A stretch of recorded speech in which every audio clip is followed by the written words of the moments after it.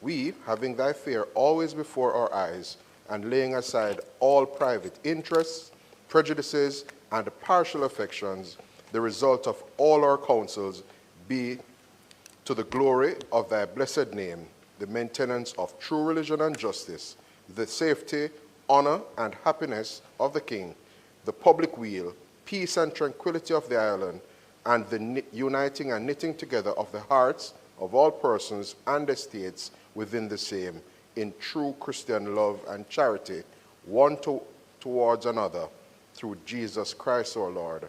Amen.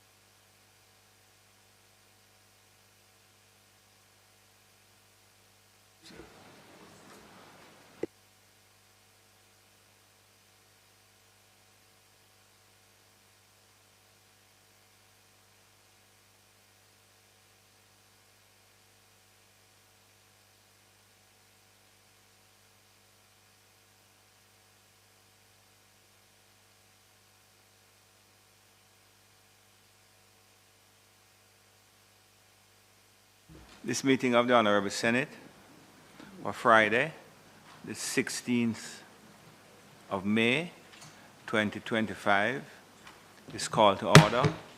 I believe that Senator Crawford is online, requesting permission to join virtually, and also Senator Gabriel Morris. Can I have your approval? Thank you very much. Welcome, Senators Crawford and Morris. We are joined today by 26 members from the Enfield Primary and Infant School, 26 members and 4 teachers. So welcome. There they are.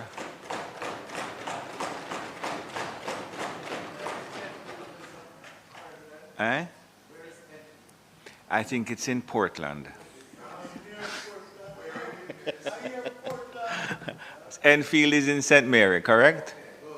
No? Yes, good. Welcome to the Parliament. Welcome to the Senate. Westmoreland?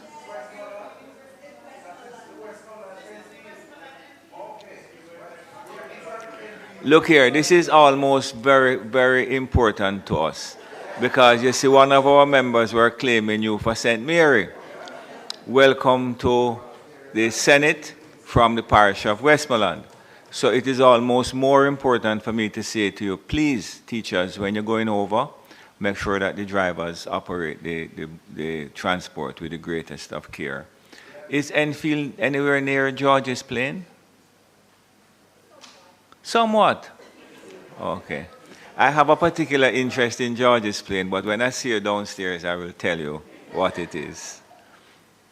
So welcome to the Senate, and there are 2 attorneys at law there as well. Mr. Heslop, welcome, and the other attorney, welcome to the Senate this morning.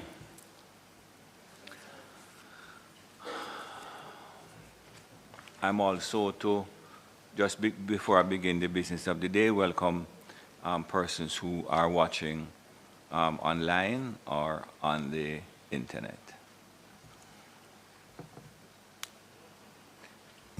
Statements by ministers. Announcements. Laid on the table of the Senate are the following: annual report and audited financial statements of the National Works Agency for the financial year 2017-2018.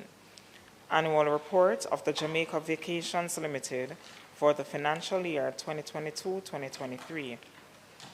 Annual report of the Devon House Development Limited for the financial year 2023-2024. Government of Jamaica Audit Committee's annual consolidated report for the financial year 2023-2024, along with its ministry paper number 23 of 2025, entitled GOJ Audit Committee's annual consolidated report for the financial year 2023-2024. Ministry of Labor and Social Security Statistical Bulletin 2024. The Conch Export Levy Rate of Levy Order 2025 and its resolution under the Conch Export Levy Act. Performance Audit Reports, Management of the Production Incentive Program by RADA. And finally, the Auditor General's Department certified appropriation accounts under Head 17,000 for the Ministry of Tourism for the year 2020-2021. Thank you, Mr. President. Thank you, Madam Clerk. Bills brought from the Honorable House of Representatives. Petitions. Papers. Reports from committees. Notices of motions given orally. Questions and answers to questions.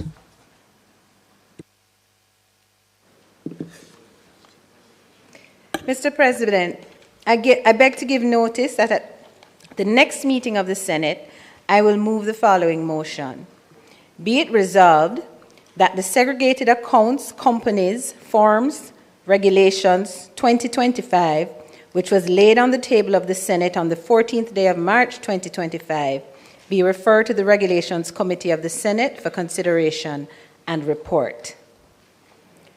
Mr. President, I further beg to give notice that at a later stage today, I will move for the suspension of the standing orders to enable me to take this motion. Thank you, Senator Golden Campbell. Questions and answers to questions. Yeah, Chairman, I did on Wednesday, which is the time required by the standing order, submit to you and to the clerk a set of questions to be tabled today. And I've not been notified. You had a conversation with me earlier, but could the parliamentary staff indicate to us what's the status of that question and why is it not being tabled today? No, I don't think that the parliamentary staff can assist you. I'm the person who has to approve the questions, and I indicated to you that I was in the process of perusing them and arriving at a decision. So, in short order, it will be dealt with. Mr. President, could I make a suggestion? Since you are not clear, we also spoke earlier, and in terms of starting the clock ticking, since you are not clear if there's a valid reason to not table the questions, why don't we just table them as of today, and if your reason proves to be, then you just remove them. You need to listen to what you just said. What you need to do is just hold on, Mr. Bunting, just take a little advice from me now. Get the Hansard and listen to what you just said. You want them, I indicated to both yourself and Mr. Brown that I'm just checking something in relation to the standing orders and the questions. In truth and in fact, the documents, as Senator Brown said, I think it's Wednesday they were sent to the Parliament. I recognized them in my information on Thursday, and I looked at them this morning. I'm sorry. Yes, but I'm saying, what is to be lost by starting the clock running today? Why are you delaying the tabling of the questions on something that you are not certain about? If you were certain about, then, you know. That's Mr. Bunting. That's why I said to you, look here now. I recognize. Table it, you have 3 weeks to check on. I recognize the season, you know. But all I'm telling you, just get the Hansard and just listen to what you just said a while ago, because it is really void of any a sensible approach and the approach that I'm taking.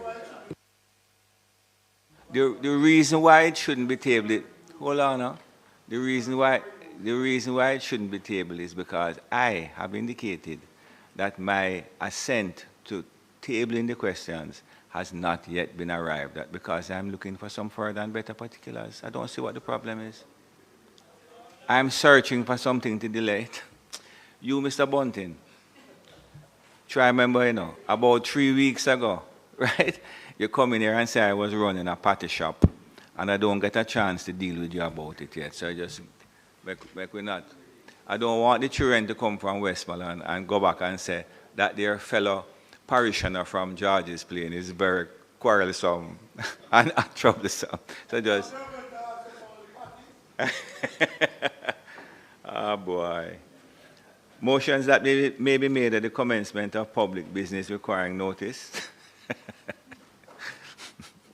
Well,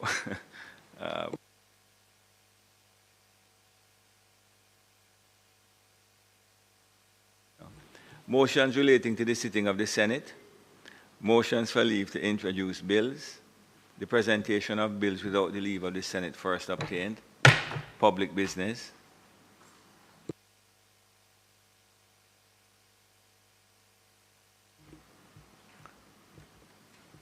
Senator Golden Campbell.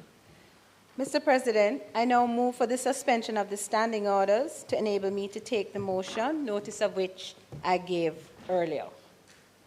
Thank you. The question is that the standing orders be suspended to enable the member to take a motion, notice of which was given earlier. Those in favor? Aye. Against? Senator Campbell.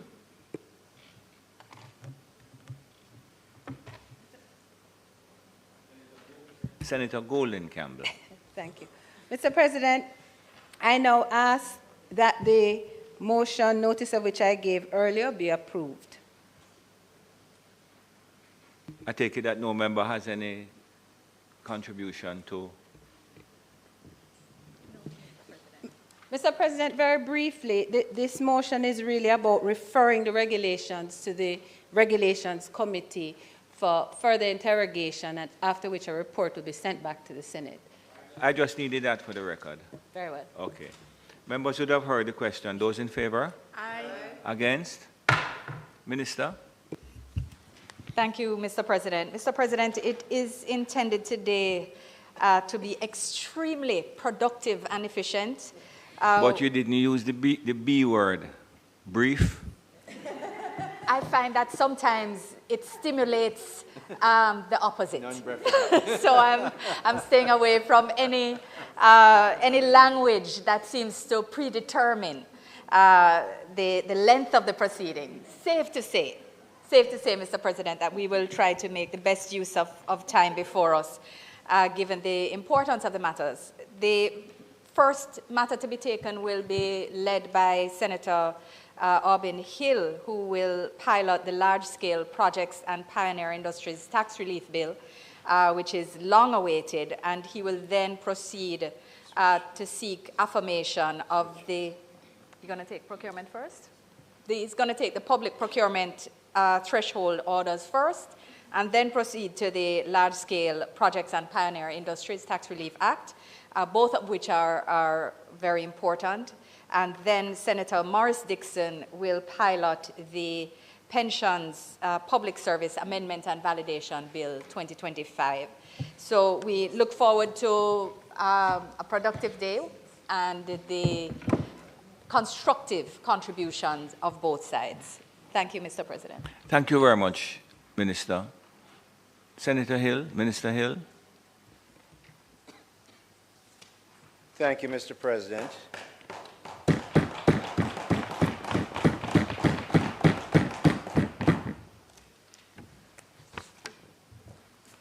Mr. President, as we all know, procurement is a very important and sometimes often touchy subject.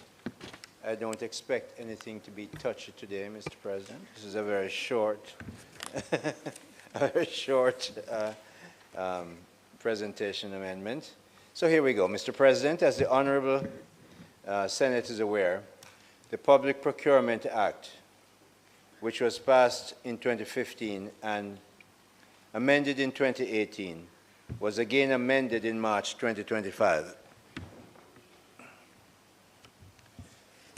Mr. President, the amendments were necessary in order to correct conceptual or fundamental deficiencies, to address ambiguities in the legislation, to establish a new competition threshold, increase contract approval limits, and to ensure greater alignment between the Act and the regulations and the strategic objectives of the government.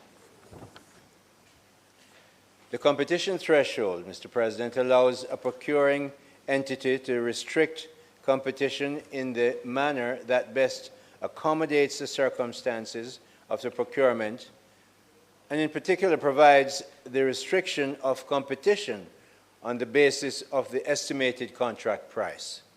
The competition threshold also recognizes the important distinctions between procurement methods and the levels of competition to which they may be deployed. The coherent and proportionate approach to method selection is expected to increase overall efficiency in public procurement, something that we all really seek and want. It is to be noted, Mr. President, that in the previous regime, a similar approach to thresholds was taken. However, that regime did not provide a full range of available methods at different levels of competition. The competition threshold will now rationalize and increase some of those previous values. So Section 22B, subsection 3, Mr. President, of the Public Procurement Act, as amended, provides that the Minister may, by order, prescribe threshold values to be applied to the newly created competition threshold. The Minister, of course, is the Minister of Finance. Mr. President, with the affirmation of those orders, we intend to operationalize this provision. We will now proceed to look at each paragraph of the order, and Mr. President, the order begins by addressing preliminary issues such as the enabling powers in the Public Procurement Act, which establishes the Minister's authority to make this order. Paragraph 9, subsection 1, sets out the name of the order. Paragraph 2 provides for the application of the value limits in the first column of the schedule to the level of competition specified in the second column of the schedule, and the methods specified in the third column of the schedule. You will see, Mr. President, that, for example, for the procurement of contracts for works, a procuring entity would be able to invite an offer from a single supplier if the estimated contract price does not exceed 5 million Jamaican dollars. Similarly, Mr. President, for the procurement of goods and services, the procuring entity would be able to invite an offer from a single supplier if the estimated contract price does not exceed 3 million Jamaican dollars. Indeed, Mr. President, if the market conditions at the time allow, even at these levels, the procuring entity may request quotes from multiple suppliers. But, Mr. President, given this discretion to procuring entities is an important step in ensuring a system that delivers for the people of Jamaica. In the levels above, Mr. President, as the contract value increases, procuring entities are now obligated to increase competition as a means of increasing value for money. Very simple, Mr. President. The bigger the value of the contract, the more competition we expect to be had so that a good value for money can be achieved through that competitive method. This is consistent with existing local and international practices. So, Mr. President, I conclude with this order. The government intends to continue to fulfill its commitment to maximize economy and efficiency in public procurement, promote economic development through public procurement, obtain value through public procurement, value for money, foster transparency, and encourage participation in public procurement. Mr. President, I now invite the members of this Honorable Senate to support the affirmation of these orders. If it pleases you, Mr. President.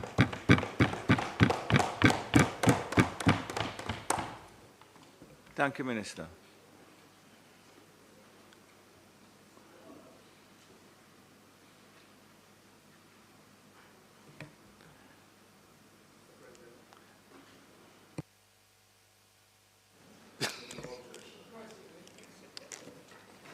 I will resist the temptations of the season. Senator Bounty. I will resist. I don't.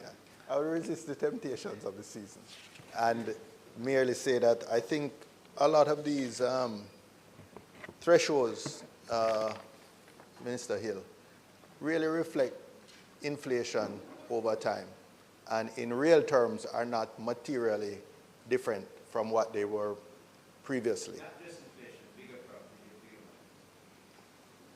Whatever, cost of living.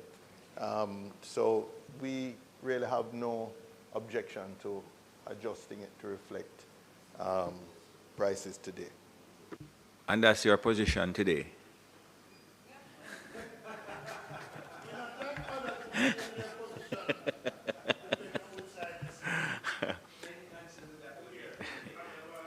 Come, Senator, let us move. Senator Hill.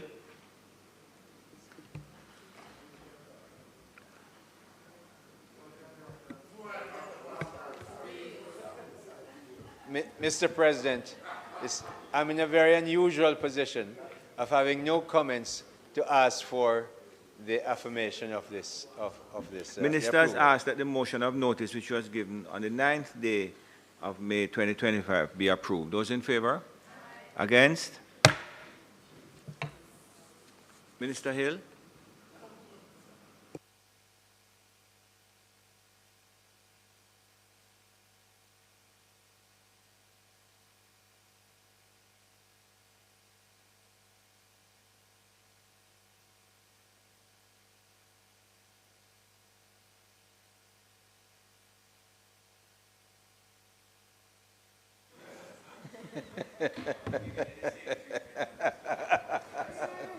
Which is so completely unfair.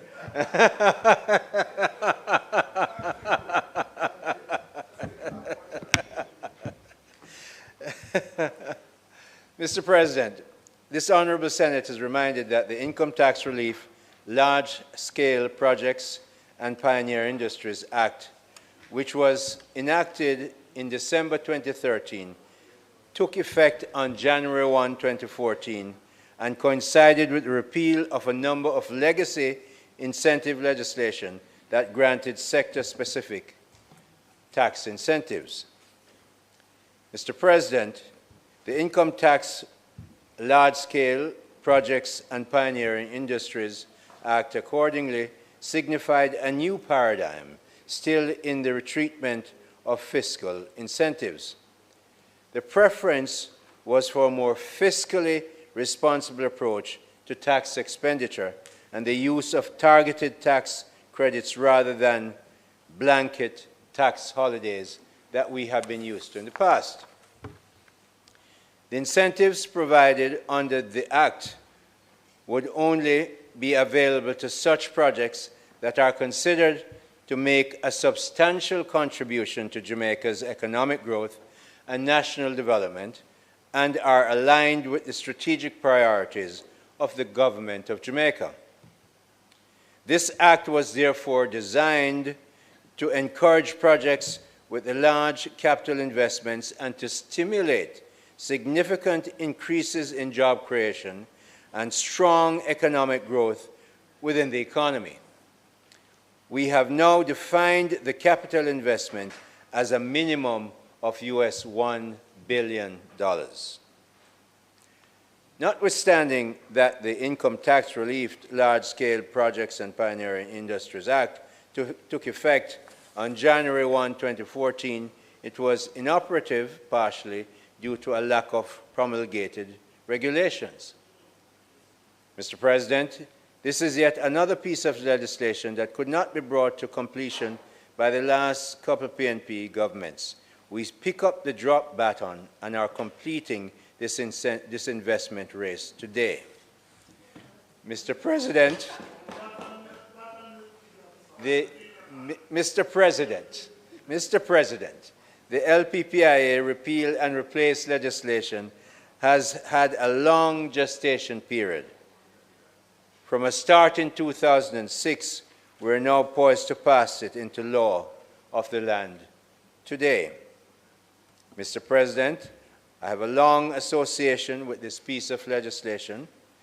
As Prime Minister, Dr. the Most Honorable Andrew Holness knows very well, I have been associated with carrying the baton with others for at least 6 years. So has Minister, then Ambassador, and now also my colleague in this noble upper chamber, Senator Audrey Marks, who will join in the support of this bill in short order. There are others who engage in the baton carrying exercise over the years. We consider this complex and important piece of legislation. Former Senator David Panton, Ms. Madge Ramsey from the Ministry of Finance and the Public Service, to name just two, were in the forefront as we wrangled with the tax and other provisions of this bill. Clearly, very capable professionals in the Attorney General's office and the legal and drafting technocrats in the Solicitor General's office provided crucial and timely support to policymakers. Former Minister Nigel Clark was very engaged from before he became Minister of Finance and certainly after his appointment as Finance Minister. Mr. President, a very special thank you must be given to the current Minister of Finance and the Public Service, Minister Favour Williams. Right at her recent appointment and in the throes of preparing her first no new tax budget, the 10th of the Andrew Holness administration, she joined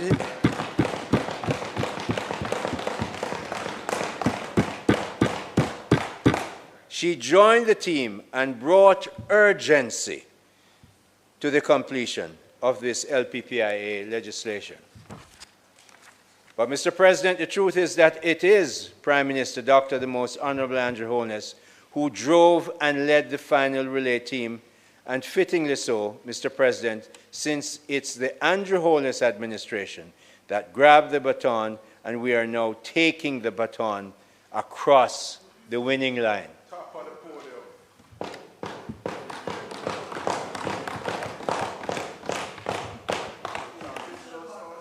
And so, Mr.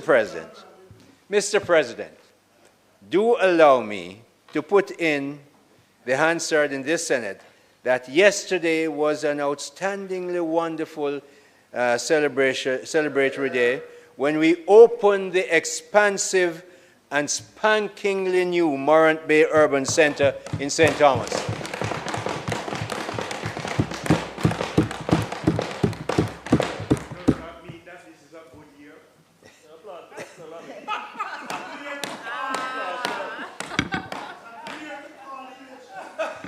Mr.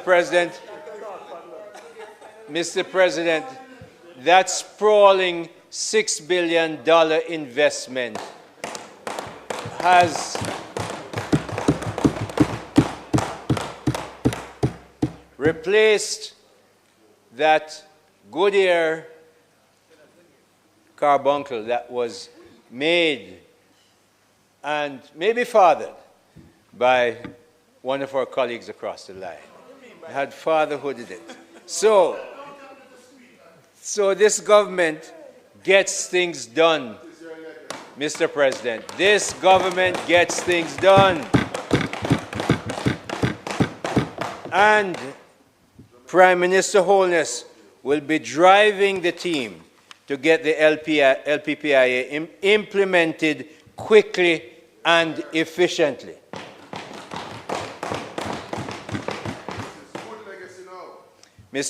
A legacy was born yesterday, indeed. Huge legacy.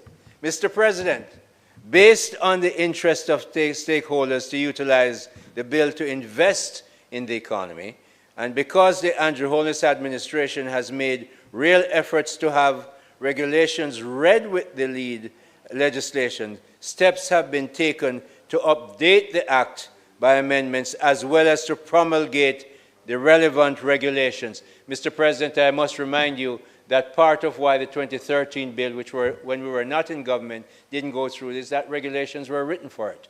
This time we make sure, and most any bill that I bring from my ministry, and you see what Andrew Holness administration is doing, we write the bill and we write the regulations because we know regulations tie up bills that are passed and therefore the bills are ineffective. So we're making sure they go together this time. So, Mr. President,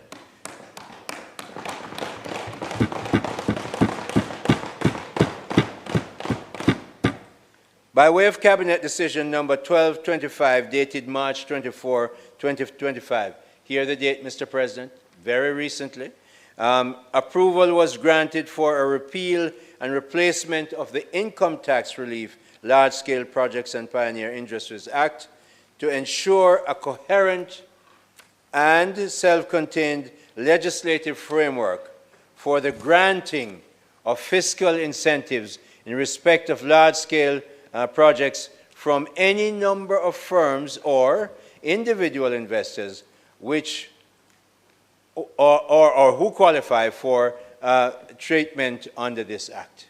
So, Mr. President, the new Act entitled the Large-Scale Projects and Pioneering Industry Act, LPPIA for a short form, 2025, is consequently designed to provide a clear administrative regime for entities who meet the criteria to qualify for a suite of tax incentives determined based on the size and scope of the entity proposing the large investment.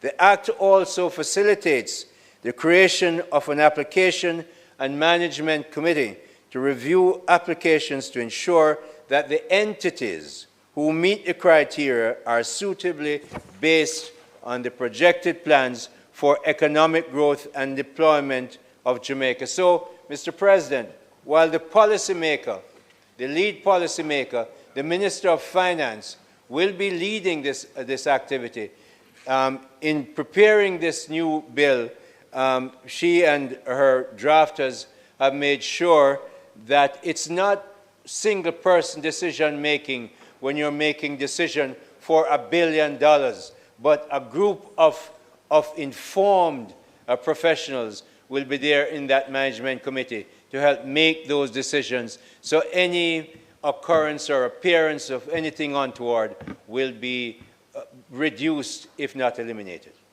So importantly, Mr. President, the Act maintains the provisions that promote transparency and accountability by way of parliamentary scrutiny, both in the granting of incentives, which requires the making of an order that is subject to affirmative resolution, and the annual reporting requirements to Parliament in relation to orders promulgated under the Act, certificates of approval granted in each calendar year, and the aggregate tax expenditure incurred in respect of such orders and certificates. Mr. President, the proposed amendments to the Act, as well as the proposed regulations, will therefore serve to reinforce the accountability requirements in the Act by introducing a rules-based approach. And I want to stress that, a rules-based approach. You don't have to know the Prime Minister. You don't have to know the Finance Minister. The rules are there. They're on the website of the Ministry of Finance. I will make sure it's on my ministry's website everywhere, so nobody don't have to be say, you have to go know somebody to get a blight. We're not in the blight business. We're in the investment business, Mr. President. And so when you're bringing a $1 billion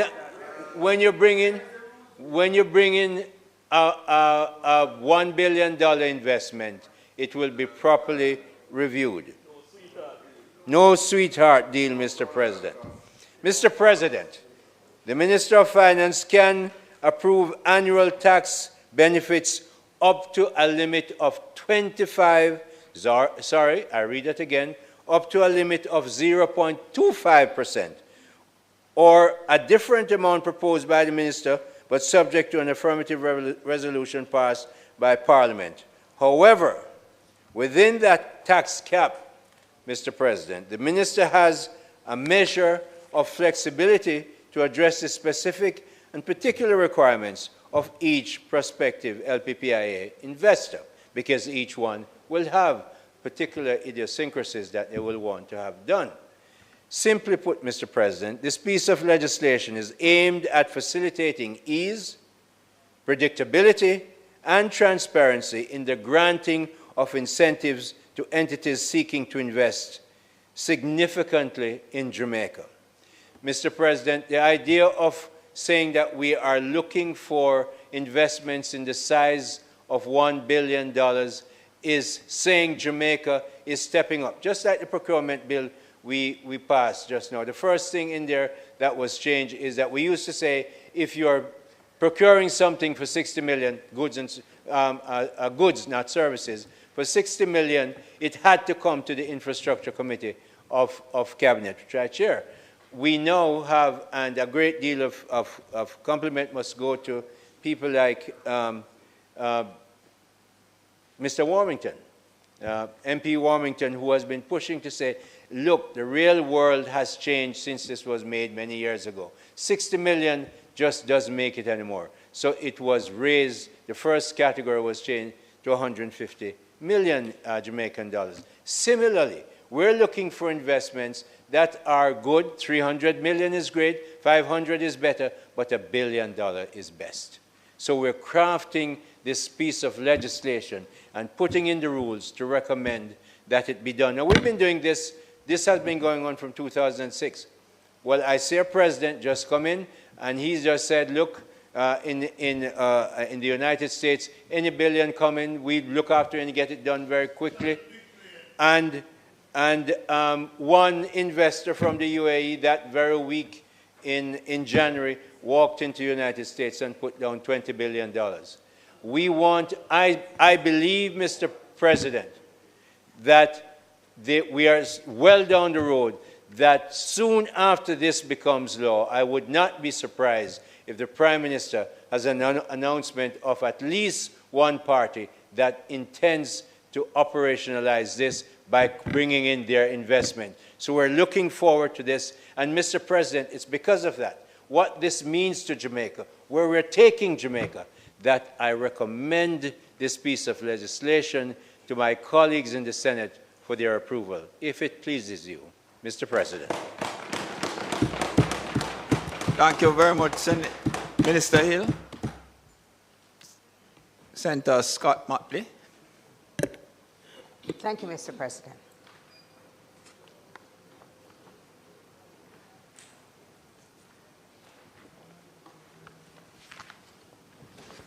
Mr. President,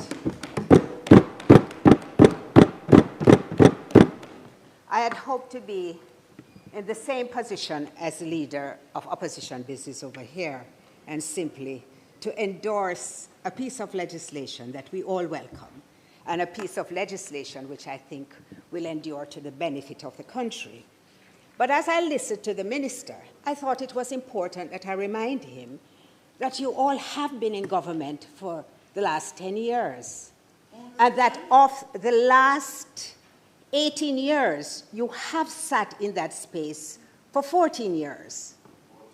And this particular matter, we know that the investor, which the Prime Minister will take the opportunity of announcing shortly, has been waiting for a decade for you to get this right. So let us put it in context. Let us always also put in context that the foreign direct investment net inflows has fallen under your administration. When you left office in 2011, foreign direct investments were 1.2% of GDP. When we left in 2015, it was 6.6% of GDP. And according to the latest World Bank figures, which go to 2023, it is now 1.9% of GDP. So yes, you can advance your explanations, but it need not have gotten here, where we needed to do these comparisons. Because indeed, this opposition understands the significance of this piece of legislation.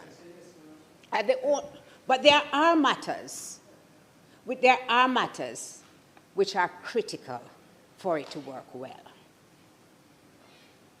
No one can scoff at $1 billion worth. No one can scoff.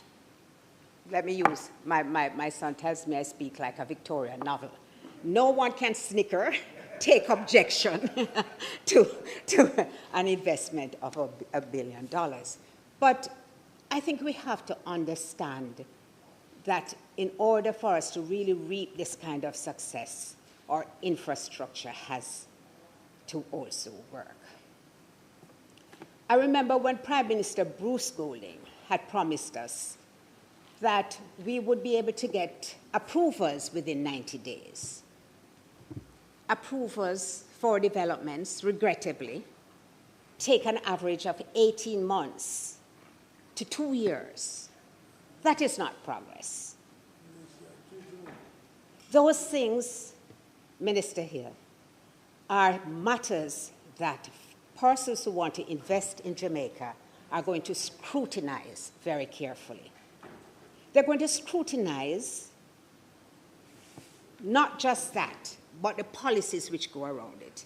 And I will tell you that you need to also look at what is happening under your leadership, at like the Tax Administration Department, the long delays which now ensue with getting your agreements out of that office, I gather because of just simply not enough human resources.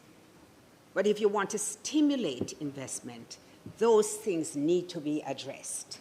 And, of course, since I was the chairman of the National Advisory Board when the expedition was put in place at the National Land Agency, I take credit for that. But I also want to say that the usual process has slowed down considerably. And if when you're building a structure, you don't start with just the top. You have to make sure that the foundational aspects of it are really intact and that they are addressed carefully. So I am really welcoming this. I have an issue that I want you to address when you respond to me, as I see you taking copious notes, although not copious things have been said. So, so in relation to the pioneer industry, I just want you to, it says that it has to be consistent with the strategic priorities of the government of Jamaica. It's not being carried out in Jamaica on a substantial commercial basis, and that it involves or is intended to involve the commercial application of the results of scientific research. But this one, I'm sorry, 4, like A, B, C, D. But what gave me some kind of pause, and I wouldn't mind you giving me some examples, is that their clause 4C, which says that for which there are favorable prospects of it being developed so as to have a positive transformational impact on the economy of Jamaica. And I wanted to understand exactly what you viewed as transformational. Because 4C. Because when you're talking about a transformational impact, again, I go back to the point where the complaints have been that our workforce is not sufficiently educated. And at one point, Minister, there was even the suggestion that we would have to import labor, to import skilled persons to work in Jamaica. So when you talk about the transformational impact, exactly where are you expecting to see the transformation? What areas are you looking to? It's a very important guideline. And therefore, those persons who are listening to us now and those persons who have an interest in investing in Jamaica need to be clear as to what is expected of them. Minister, I'm glad that you came back into the room because clearly you have to play a role in terms of preparing the country. Well, hopefully not for much longer. But you know, we will cooperate with each other, of course. So the preparation has to involve upskilling people. And not only that, but almost a kind of Jamal type of revolution with persons who are already in the workforce to make them understand better the use that they can make of technology to assist them in contributing differently to this economy.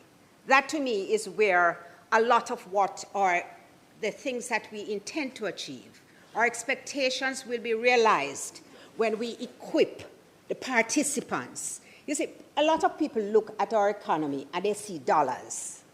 They see 1 billion US, 2 billion US. When I look at our economy, I see people. I see the role that people must play in advancing it. And sometimes I wonder why psychologists don't play a large role in even assembling our budget and allocating our resources.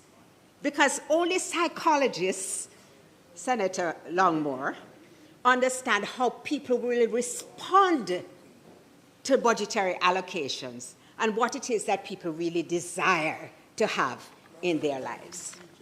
So I hope I don't have to speak long to say what I need to say. So I am happy to hear, Minister Hill, that the regulations are in place. I look forward to the announcement. We have all looked forward to that announcement. That particular investor has been waiting for a long time. All of the 10 years that you have been in government and you have sat on this one.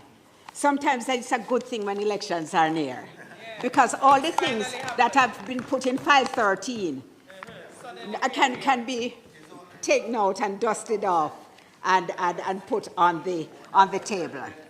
So President, you know I would never be unkind to Senator Hill, and certainly not wicked. Certainly not to Arvin. So obviously. So the opposition does support it, does support this legislation, Minister Hill, and we look forward to it being the appointed day, as you have referenced in the legislation, being very close by, if it pleases you, Mr. President. Thank you, Senator. Thank you, Senator Scott Motley.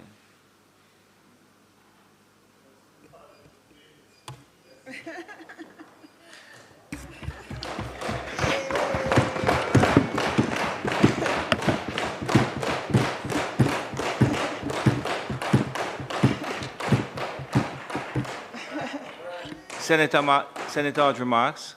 Thank you. Thank you, Mr. President, honorable members of the Senate. I rise to speak for the first time in this honorable Senate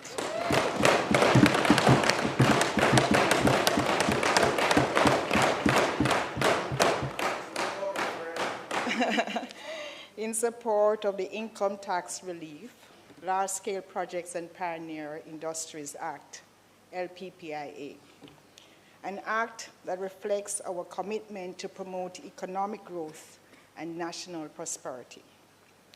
This government believes that one way for Jamaicans to create and build generational wealth is to participate directly in the economic growth derived from large-scale projects. Jamaicans must be afforded more opportunities to participate in the billions of dollars that flow from large investments in Jamaica. That is why, Mr. President, we have engaged with 3 investors, Senator Scott Motley, not 1, but 3 so far, who will be investing over $1 billion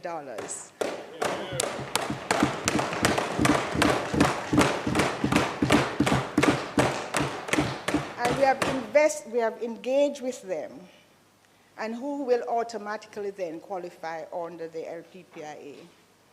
And we have engaged with them to agree that Jamaicans must have an increased stake by at least one of the following: to list at least 20% of its shares on the Jamaican Stock Exchange, so to ensure that 20% of the business is owned by Jamaicans, to source at least 20% of its services / inputs from locally owned suppliers. That is with 51% or more Jamaican ownership. I'm pleased to report, Mr. President, that the investors have agreed in principle to these proposals. These measures will ensure that large-scale projects will bring more tangible benefits and opportunities to the Jamaican people to ensure equity and inclusive growth. Under this administration, this year, we'll be reducing our debt to GDP to approximately 68%, the lowest in 3 decades. So now we can pivot toward GDP per capita as our measure of shared prosperity. By working closely with my colleagues, I'll be aiming to push that we look at a GDP per capita of around 20,000 with the same fixity of purpose as we did with the debt to GDP targets. Mr. President, I'm sharing this not simply as a policy tweak, but to declare that this government is shifting from stabilization to growth, and we are focusing on a model of growth that is based on equity and inclusivity for all our people. It signals that incentives must come with even more inclusion. We see this shift in developing countries around the world. Countries are understanding that foreign direct investments must include ownership to local citizens to ensure inclusive growth. As an example, Kenya mandates at least 30% local ownership in key sectors for all FDIs, and various countries across Africa, Asia, and the Caribbean are developing similar mandates. Similarly, our focus is on expanding Jamaican entrepreneurs, support local businesses, and create opportunities for broad-based ownership. Mr. President, we are now complementing this approach with an all-of-government technology strategy to expedite implementation. Senator, your comments are noted. And as Minister, Senator Scott Watley, your comments are noted. And as Minister with direct oversight of SPEED, which is streamlining processes for efficiency and economic development, I've already met with and tasked the Information and Communication Technology Authority with identifying and automating the application processes in the LPPIA after it is passed here today, to ensure that qualified projects are facilitated to be shovel-ready within 90 days. Not 9 years or 90 months, 90 days. Working closely with my colleague Minister, Senator Aubin Hill, we will ensure that technology enables seamless coordination among agencies to fast-track projects. I've noted that there are many excellent legislations that are already on the books, but are not fully implemented in the operations of the various ministries and agents. An example is the Electronic Transaction Act, which allows for the legal recognition of e-signatures and e-contracts in Jamaica. From interactions with various government agencies and local banks, we have noted the delays caused with the continued existence of wet ink-only signatures for what should be mundane activities, from registering companies to opening a bank account. The Electronic Transaction Act will be focusing on having it fully embedded in how we do business to ensure there are no unnecessary delays in signing of contracts or agreements under the administration of large-scale projects and Pioneering Act. Mr. President, the third and final action that I share to support implementation of this act is to use this legislation as a rallying cry to celebrate innovators and pioneers once again. In the 1990s, in the period leading up to FinSAC, we had expansionary government policies and the issuing of high interest rate debt securities. We also had high inflation, which encouraged the overvaluation of real assets, especially property, which often served as a guarantee for bank loans. When the continued high inflation peaked, asset values plummeted.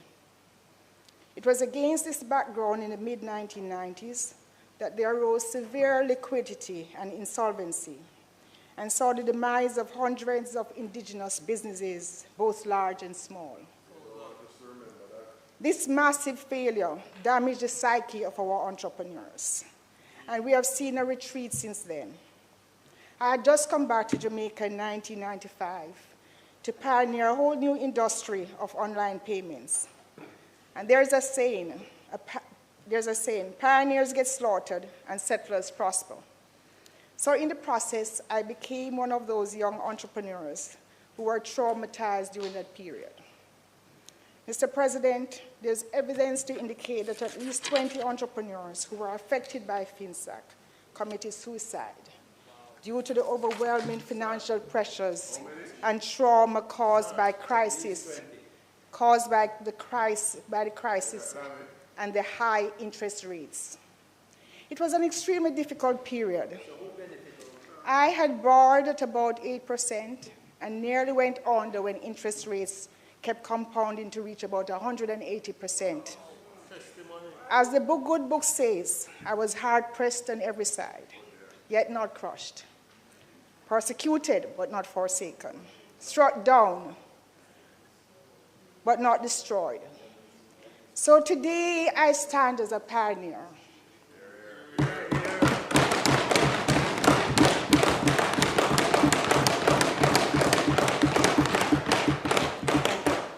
Today I stand as a pioneer that survived and who now has the privilege to be a champion and an advocate.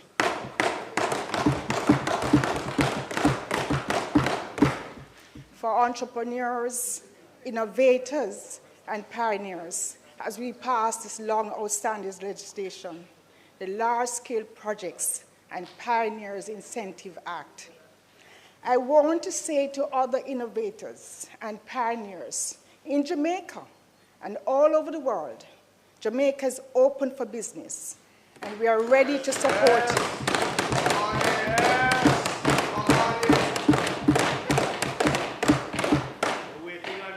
We have made tremendous progress since those dark days. We now have an independent central bank with a monetary policy committee which oversees the management of interest rates. On the fiscal side, there's now a mandate for inflation rates to fluctuate between 4% to 6%. We saw this oversight by the BOJ tested during this recent global high inflation cycle. But Jamaica's fiscal and monetary policy remains stable, transparent, and manageable.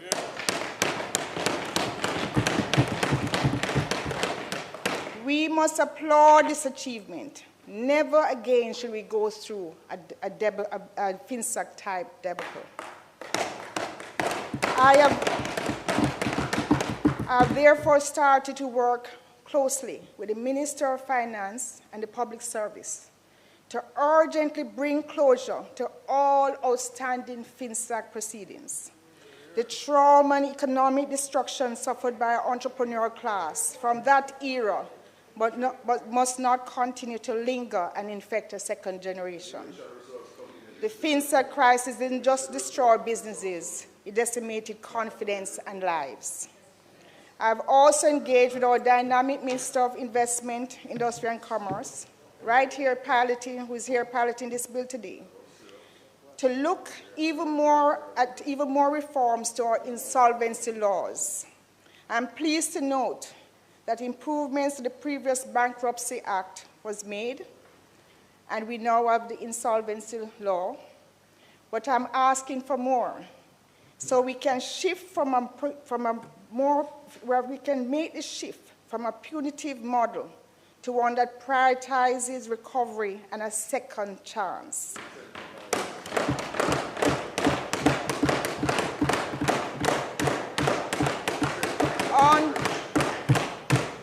Entrepreneurs must be allowed to fail, to learn and rebound.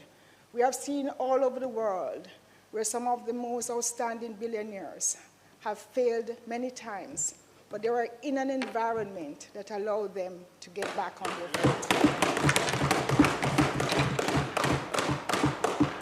Mr. President, let us now be the generation of leaders that build safeguards into the system to protect our people from catastrophic events in the future. In conclusion, since independence, Jamaica's prime ministers have repeatedly emphasized a vision for equity in our country. Each leader in their era framed this ideal in their own distinctive way, from Sir Alexander Bustamante, Jamaica's first prime minister, calling for the people of Jamaica to feel the benefits of economic growth, underscoring the importance of inclusive prosperity, to our current prime minister, who has made a mantra and a commitment that we are going to transform lives from poverty to prosperity. During that time, I could go on quoting from all our prime ministers, from Prime Minister Portia Simpson Miller, who made a mandate of Prime Minister Patterson, very popular, balancing lives while balancing books, from Prime Minister Golding, who spoke that not everyone will be rich, but not everyone needs to be poor. So, Mr. President, while this vision for a more equitable society itself is not new, what is new is that this Andrew Holness-led administration has created an unprecedented opportunity for the people of Jamaica to finally experience the benefits of a stable and strong economy.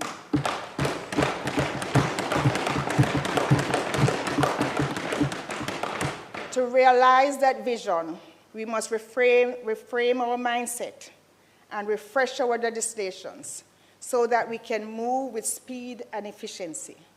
That is the mandate Prime Minister Holness has tasked me with: efficiency, innovation, and digital transformation. And I believe all my experiences have come together for this moment. So I give this House, this country, and this Senate my firm commitment to do all I can to fulfill this vision for Jamaica, so that Jamaica may undergird increasing equity from which beauty, fellowship, and prosperity will flow. Thank you, Mr. President.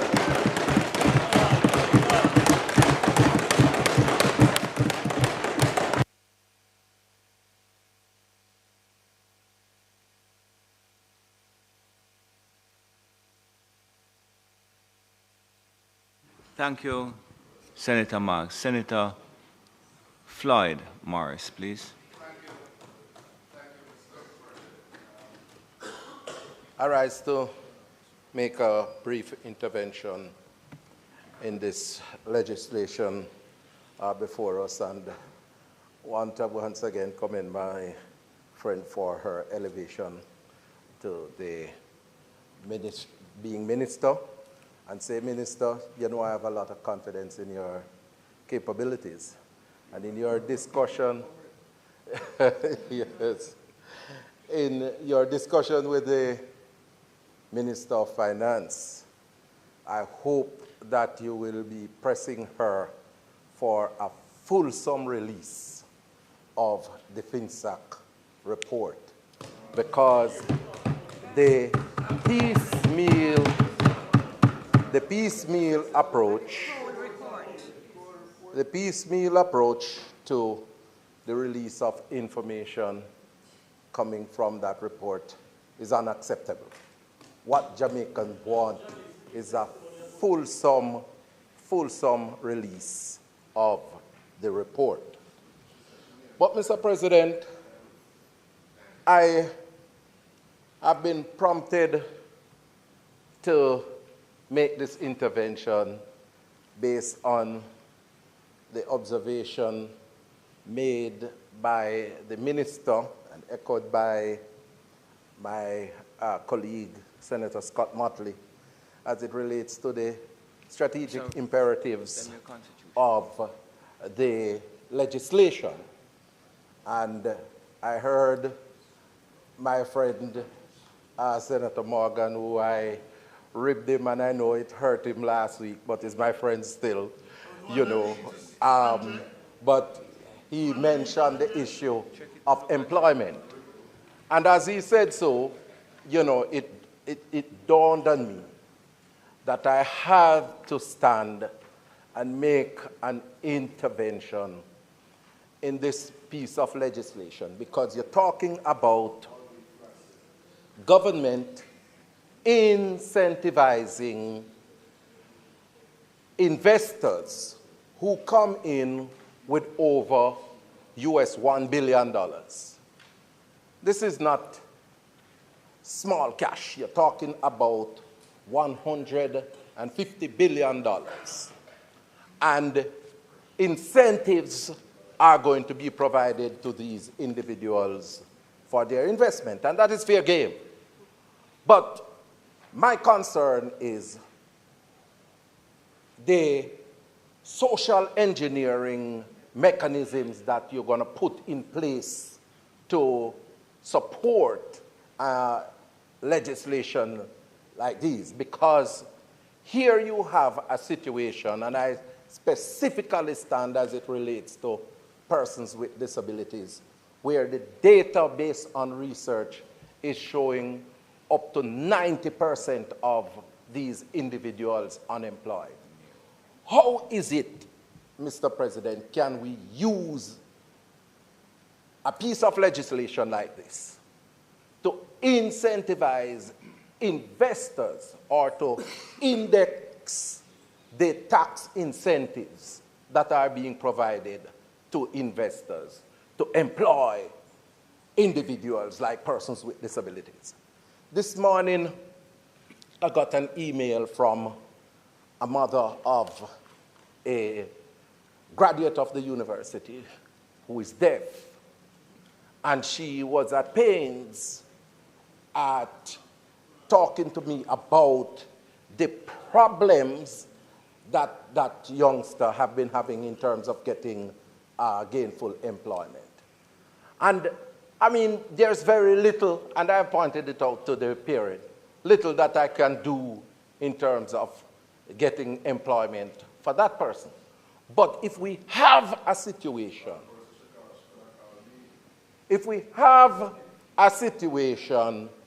like this now, where we put in and index the incentives that we are providing to make sure that these investors employ persons with disabilities, you won't have a situation where I have to reference anybody to Senator Morgan for employing persons with disabilities.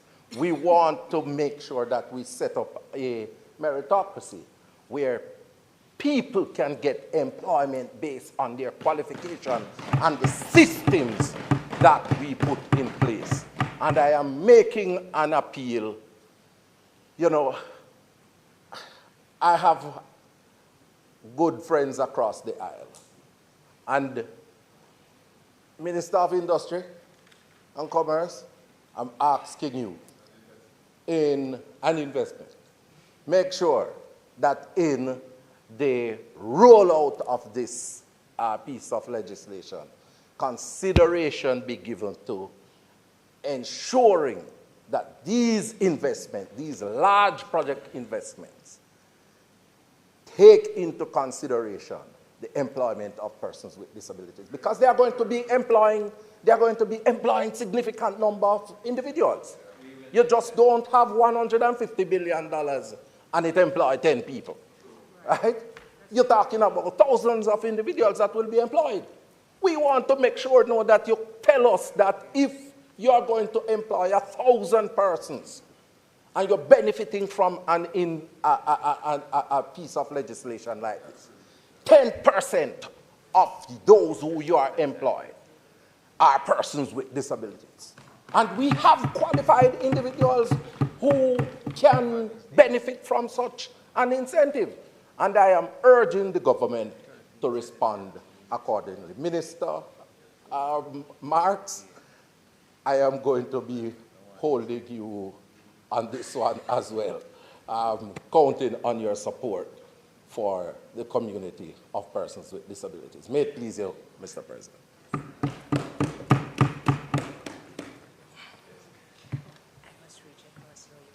Thank you very much, Senator Morris.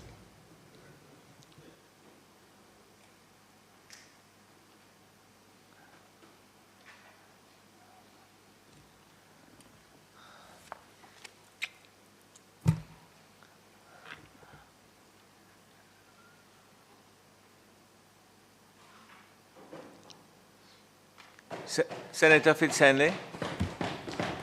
Thank you, sir. I rise in support of the Large-Scale Projects and Pioneer Industries Tax Relief Act 2025. I'm of the view, sir, that it's an important piece of draft legislation which augurs well for efforts to get the Jamaican economy to expand by even more significant margins.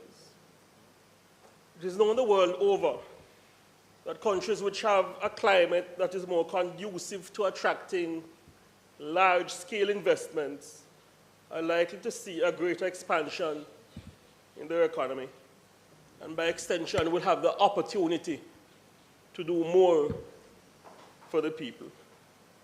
If you want to give your country the best chance of expanding, you create a climate that is conducive to investment. And part of doing so is enabling a climate that is fair and equitable, and that is clear in terms of its taxation policy as it pertains to investments which will contribute towards the economy moving in the right direction. It's in the aforementioned context that I find that the bill is a credit to steps to bring a sense of accountability to taxation policy in Jamaica and to give our economy the best chance to further expand by sizable margins. There was a time, sir, many years ago, when the Jamaican economy was governed in a way where speculation was abound about the criteria for big business to qualify for particular tax exemptions, waivers, and there was conjecture about why particular entities were facilitated and some were not. That era of speculation and conjecture, in which entities were perceived to get a bly and some did not, is not useful to the good functioning of any country. I recall attending a global investors summit a few years ago, and there was conversation about the lack of structure in the incentive regime in some countries, and how this mitigates against otherwise lucrative investments being consummated. What I find particularly encouraging, is that this bill creates a proper structure for the granting of incentives. The pathway is not unclear, and that is very important for transparency and accountability. This bill has my support, sir, because it adopts a structured and fiscally dutiful approach to tax expenditure and the use of targeted tax credits, as opposed to what used to be blanket tax holidays for everybody, all and sundry, or a chosen genetically connected few. And consequently, when passed into law, this bill may no doubt be contemplated as a useful and new paradigm shift in the treatment of fiscal incentives. Structure, clarity, equity, and order are good in the management of a country's fiscal affairs. And therefore, a bill which is designed to create a clear administrative regime for entities that meet the criteria to qualify for a suite of tax incentives, determined of course, based on the size and scope of the entity, which is moving to make the investment, I believe no doubt should attract bipartisan support and indeed support from stakeholders all across society. The bill no doubt positively supports the interaction of potential large investors with the system who may be interested in obtaining tax incentives. I believe the point should be made clear that the administration of Prime Minister Andrew Holness is not only about creating a taxation climate which augurs well for major investment and big businesses. That's not all we're about.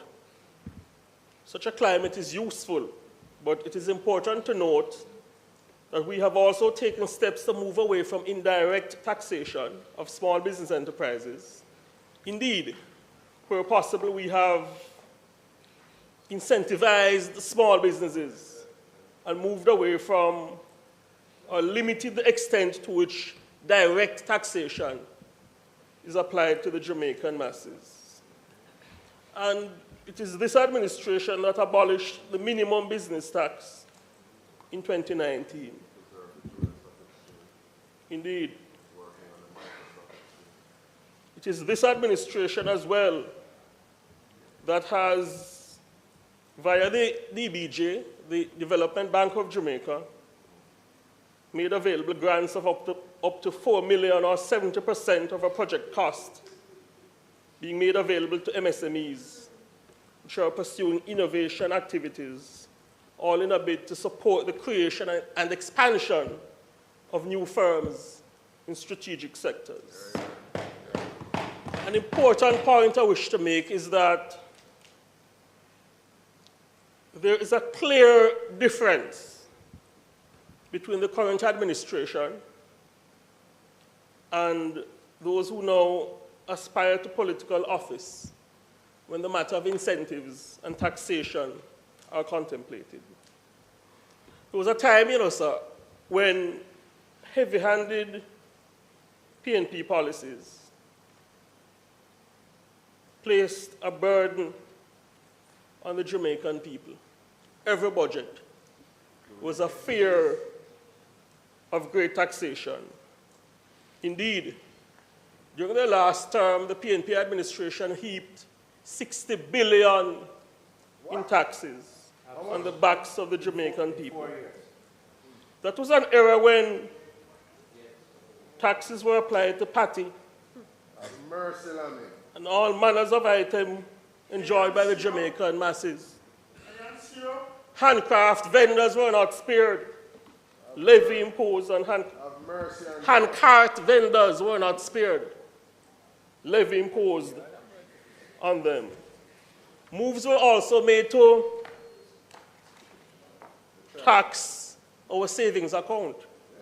ATM tax. An ATM tax was proposed. The PNP administration proposed that any time Jamaicans endeavor to take minor sums of monies from their bank account, that they had to pay over fees to the government. A diabolical initiative, inimical to efforts to cause an economy to expand. A wicked initiative. And what concerns me, sir, is that already, even as they seek to find favor with the Jamaican people, key spokesmen in the Mark Golding-led PNP have already begun to propose new taxes. They are proposing taxes on food imports, which would drive up prices in Jamaica. And we heard a proposal from the opposition spokesman on education for a 1% increase in GCT. I urge the Jamaican people to take note of these pronouncements, even as we are in a year of decision-making. But let us analyze the contrast in taxation policy. It is the administration of Prime Minister Andrew Holness, assisted by careful and skillful management of the Jamaican economy, that has kept our word in executing the policies we advocated for to ease the burdens on the Jamaican people. Read our lips, no new taxes. We have put in place de facto cuts in the income tax paid by Jamaicans, thereby putting more money into the pockets of the Jamaican masses. Because that's how you get a market economy to expand. You increase the purchasing power of the people. We have put in place as well a suite of policies such as the reverse income tax credit, a tax giveback where over 500,000 Jamaicans qualified for a giveback, a $20,000 payment. And importantly, should not be forgotten, that due to our commitment to easing the burden on every single Jamaican and pursuing an equitable tax policy, it is the government of Andrew Michael Holness that cut GCT from 16.5 to 15%. Again, I submit to the Parliament of Jamaica that there is a clear difference in the approach to taxation between the current administration and those who aspire to political office. It has become clear, sir, by virtue of their past actions and their current utterances, which I just alluded to, that the current opposition has a fixation with taxation that I urge the Jamaican people to reject. Yes. But this administration, we believe in a fair and equitable taxation policy. Indeed, we believe in easing the burdens on the Jamaican people by cutting taxes where possible. Indeed, no greater piece of evidence makes this point than the fact that the administration of Prime Minister Holness has gone approximately a decade without imposing any new taxes on the backs of the Jamaican people. So we do not just cater to big business, and we are not into the business of offering sweetheart deals to Top and Harris or a connected few. We're not into that.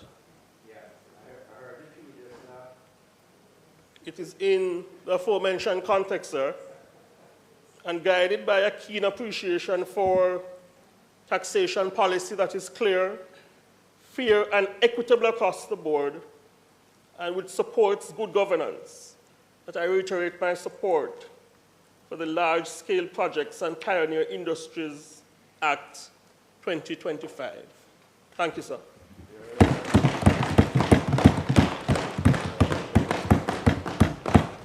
Thank you. Thank you, Senator Fitzhenley.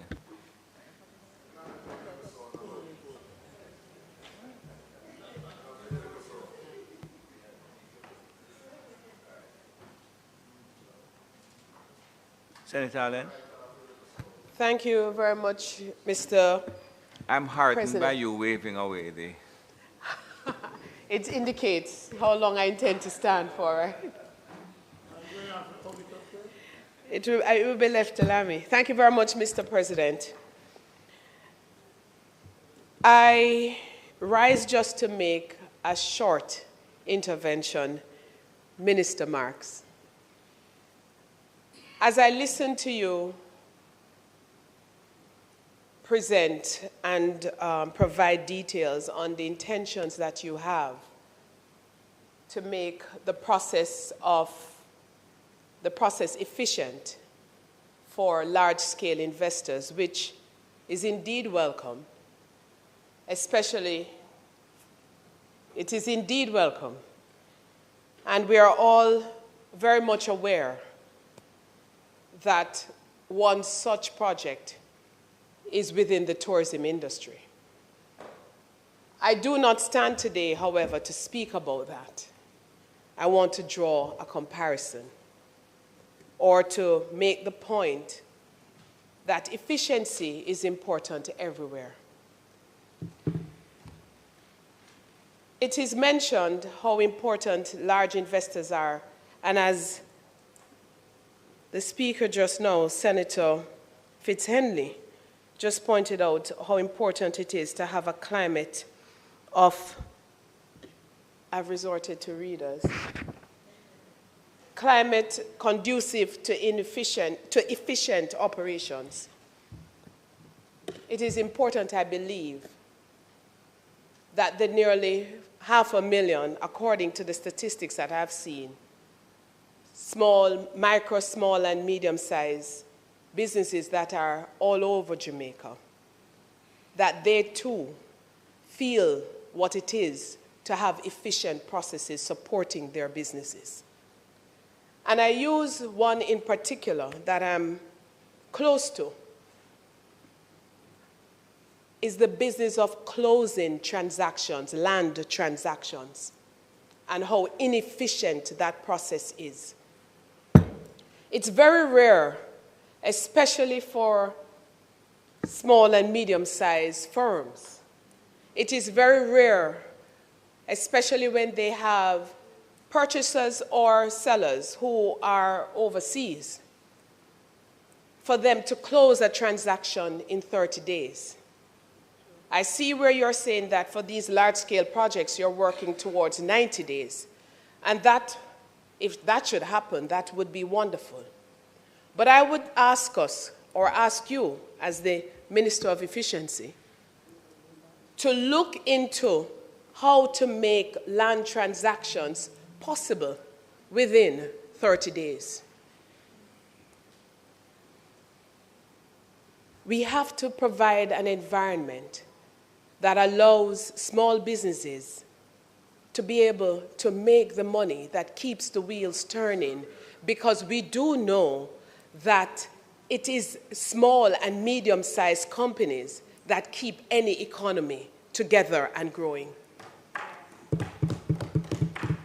So whilst there is focus today on these large-scale projects, and it is important to facilitate them, I urge you, and I urge the Minister of Industry and Investment to recognize how debilitating it is and almost impossible for these smaller businesses to function on a daily basis, because very often we sit in here in these chambers and we make laws and we implement new requirements that are to meet some obligations, and it is slowly choking those who have to work with these new laws and systems.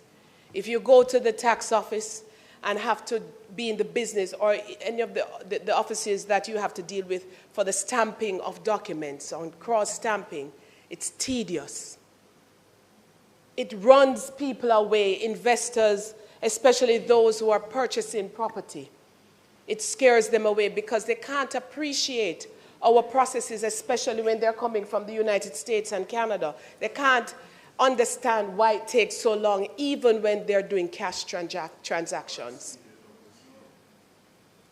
So any responsible government must balance what it means to do business on a regular basis, especially as a small business operator. And so I urge you, Minister, while you move forward in this area, as a new minister with sparkly eyes, they say, as a new minister, I encourage you to give some attention and focus to these areas that are dying for attention. I thank you, Mr. President. Thank you, Senator Allen. Thank you, Senator Allen. 1 minute.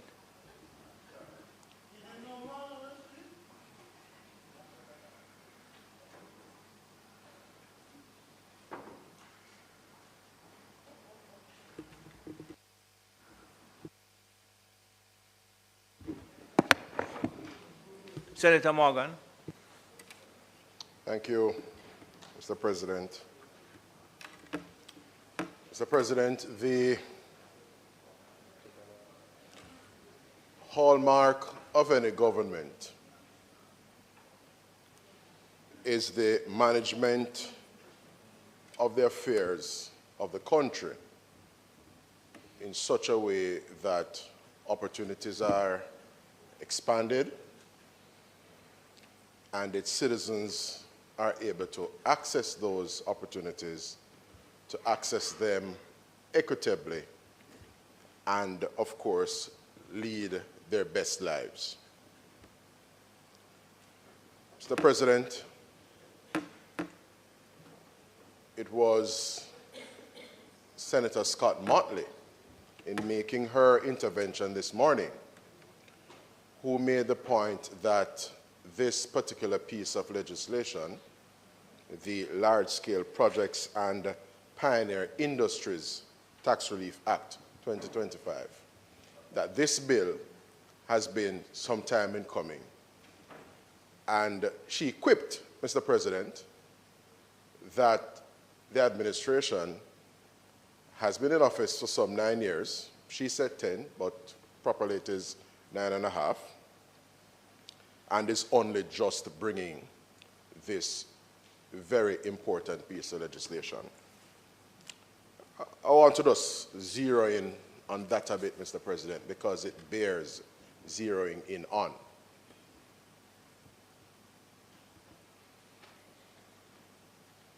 The imperative for us here in Jamaica is to continue to consolidate the economic gains we have made, foster increased investments so that the Jamaican people can not only access jobs, but importantly, access even higher paying jobs and lead prosperous lives. This administration is unapologetic about that. Investments, Mr. President, are not made off the cuff. When investors, particularly those who are domiciled outside of Jamaica, whether they are in the global north or in a jurisdiction in the global south, they do not make investment decisions lightly. Indeed, when people pick up upwards of $1 billion to come to a country such as Jamaica, it is not an arbitrary decision. And so, the most important thing to appreciate here is that since taking office in March 2016, Mr. President, this administration, this Andrew Holness-led JLP administration, has sought to consolidate, preserve, and expand our macroeconomic stability, and we're unapologetic and unrelenting in that regard.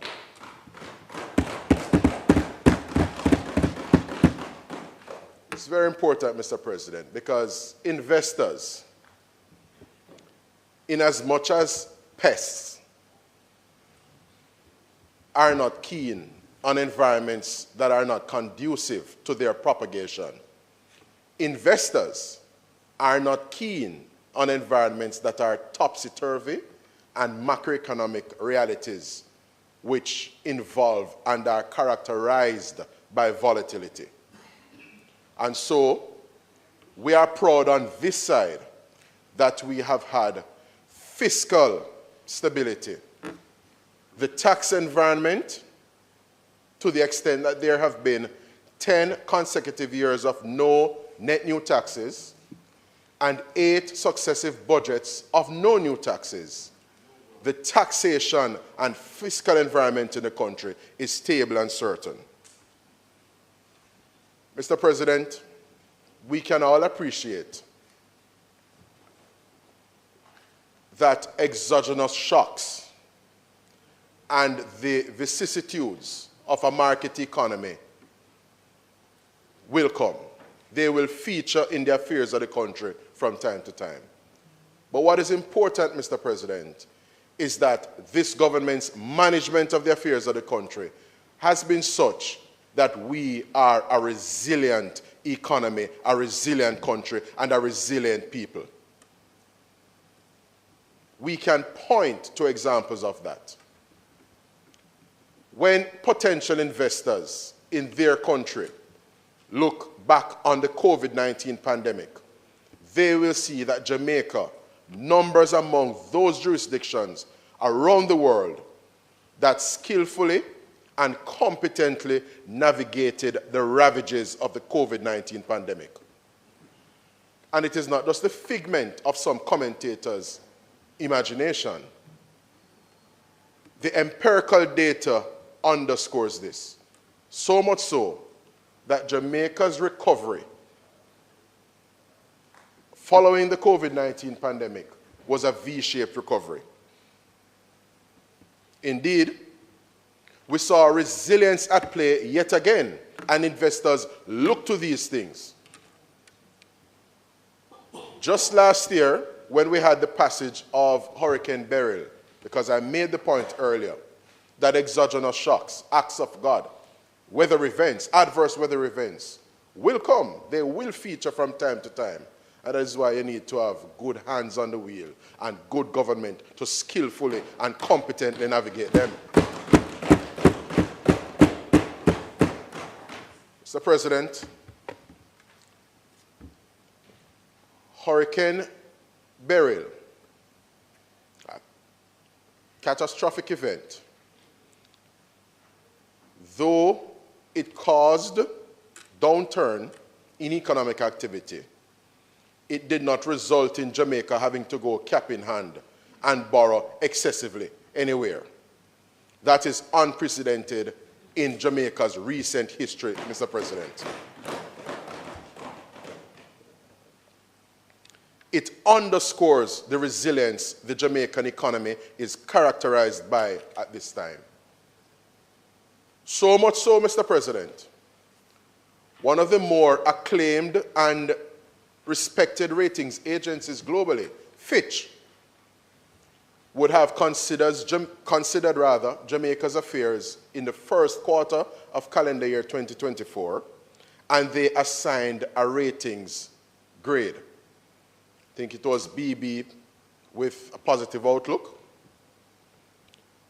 And in a period following a significant adverse weather event, such as Hurricane Beryl, and subsequent to that, Tropical Storm Raphael, the ratings agency Fitch could have underscored and reaffirmed the very rating they would have assigned to Jamaica the year prior, that being the BB with positive outlook.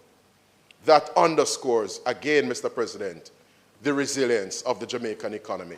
This is not the figment of anyone's imagination.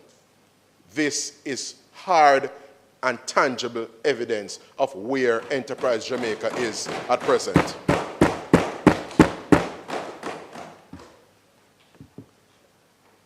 And if the Fitch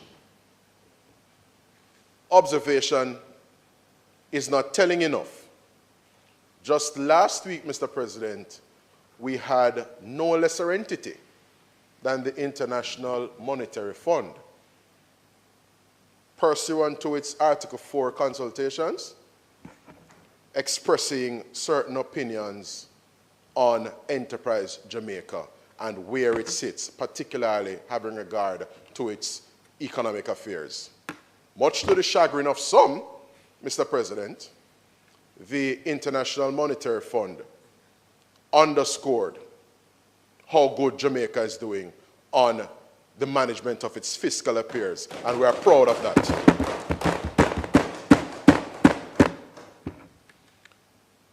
But importantly as well, Mr. President, investors the world over not only look at economic stability, they look at potential places for investment through the prism of social harmony, social cohesion, and order. Mr. President, this is the government of order.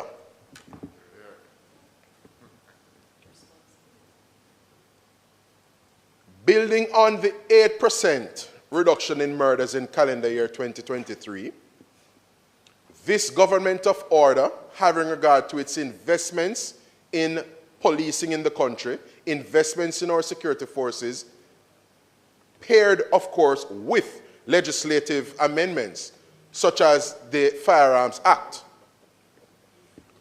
went on to secure, through the hard work of the hard-working and heroic men and women of the Jamaica Constabulary Force, a 19% reduction in murders in calendar year 2024. And if that were not enough, Mr. President, the men and women of the JCF not stop at all. This year, so far, in calendar year 2025, year to date, the reduction in murders in the country is in the order of 40%, Mr. President. And we are proud of that. Other major crimes are also down, and we are proud of that. And you know why?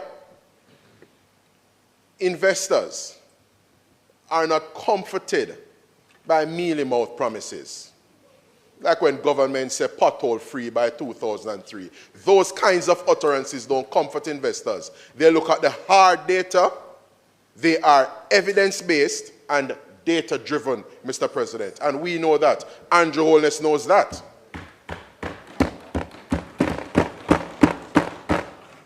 And so, when you consider where Jamaica is at present, there is no better time to attract large and pioneering industries and investments into Jamaica, Mr. President, than the present time.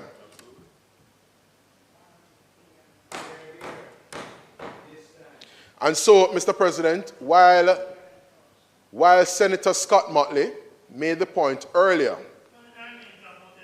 that this bill is coming while the administration would have observed 9 years in office. Mr. President, you said 10, but you are inaccurate, my good friend. You are inaccurate.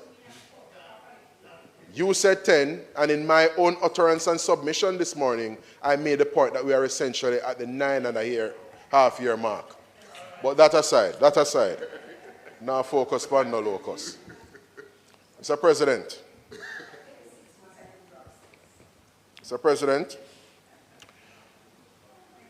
in the interregnum, over that period of time, the government has not been sitting and fiddling its thumbs. The government, Mr. President, has not been sitting and fiddling its thumbs. A lot of work has been going on over these past 9.5 years to get Jamaica to the point where, at present, Jamaica is best placed than at any time previously in its history, Mr. President, to attract and foster large investments into the country.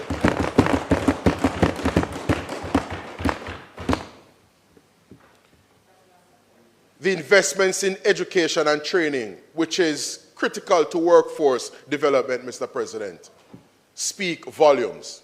Those investments speak volumes. We have a hard-working education minister, and we have considerable policy cohesion and efforts that have been aimed at making the Jamaican workers more fit for purpose. I can enumerate a number of them, Mr. President. We're focusing on the areas of academic undertaking, Mr. President, that align with the jobs and skills that are needed for the future. You will hear many people speaking about the Industrial Revolution 4.0. We have pivoted, and this administration is essentially aligning the curriculum and Jamaica and its training in that regard. I speak of animation.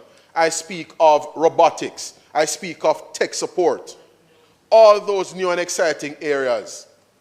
As far as the academicians are concerned, Mr. President, they distill it in the acronym STEM.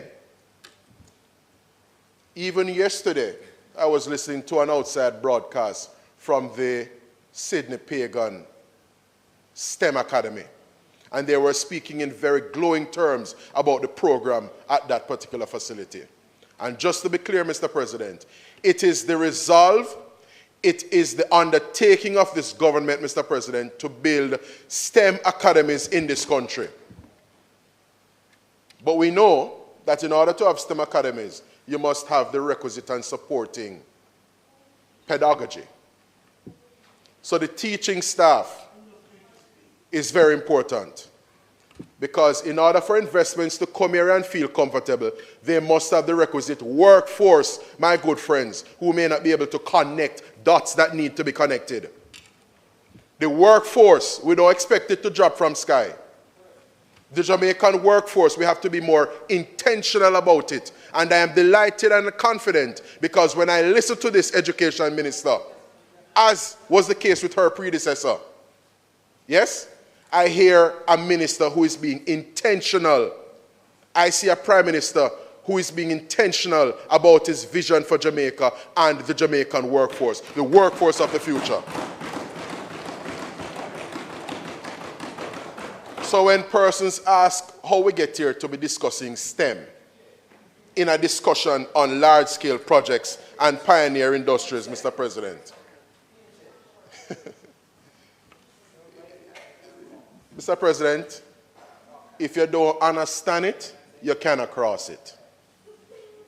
And this government understands it, and that is why it is this government that is crossing it. You have to understand it to cross it. So, Mr. President, we're pleased with partnerships that have been forged. We see the yeoman work being done by the Amber Group in partnership with an entity that I'm particularly close to, yes, the Heart NSTA Trust, and how we have changed the landscape in relation to workforce training and development in that regard, Mr. President. Use this platform to salute the Amber Group. And as I wrap up, just to underscore the degree to which, Mr. President, the degree to which government has been intentional. It was just a few months ago that the Most Honorable Prime Minister led a delegation to India to do and foster much of what I was articulating a while ago. In other words, Mr. President, and our Foreign Affairs Minister is here, India has been distinguishing itself, Mr. President, in the global marketplace as a leader in technology, a leader in tech support, and a leader in those tech services. It is for that reason and within that context, Mr. President, that it is a partner that is worthy of engagement in relation to helping Jamaica to foster even greater levels of training and opportunities as it relates to the very skill sets that are going to be taking us into the future when these large investors come to Jamaica.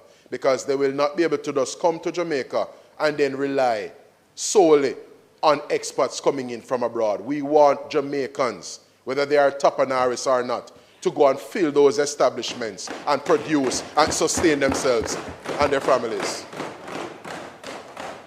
So just to be clear, Mr. President, we are delighted that we are fostering the requisite bilateral partnerships, and I must commend our hardworking and visionary Minister of Foreign Affairs and Foreign Trade. Hear the plug, they focus on the plug, man. Because her sterling leadership and head of the portfolio, Mr. President, has inured and has been inuring to Jamaica's benefit. And we see it in real terms. And so we look forward to the continued engagement with our Indian brothers and sisters as they help Jamaica to better position as it relates to ICTs and, of course, information technology in general and other aspects of the STEM areas. That, of course, being science, technology, engineering, and mathematics. Mr. President, I am delighted that while it has taken some time in coming, the government is crossing it. I am delighted that this large-scale projects and pioneer industries Tax Relief Act is being debated here in the Senate with a view for it to be passed so that we can get Jamaica onto a new frontier in terms of large projects, higher paying jobs, and success for the people of Jamaica, as we would have seen yesterday out in Morant Bay with the opening, yes, the ribbon cutting ceremony for the newly established Morant Bay Urban Center built by Labour. I thank you, Mr. President.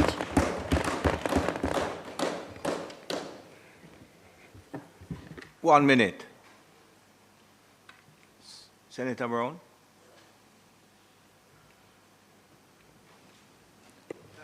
Thank you, Senator Morgan. Senator Brown.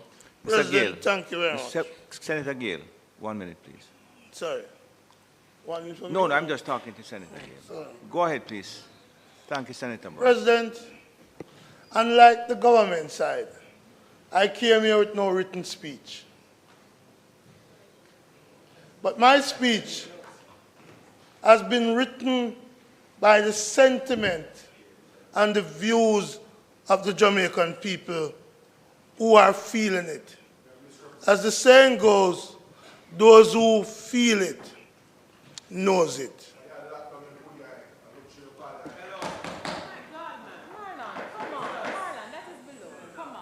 Mr. President, I have lived since 1962 with a...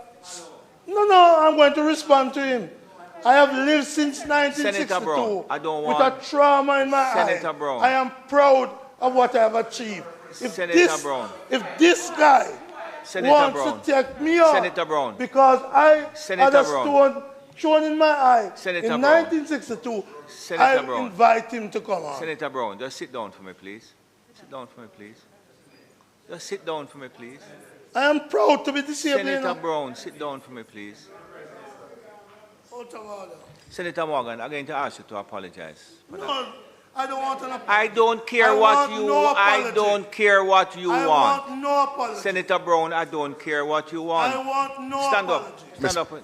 Mr. President, I without want no delay, apology. I withdraw that comment I want forthwith. no apology. Thank you very much. Senator Brown. Chairman, I am disabled.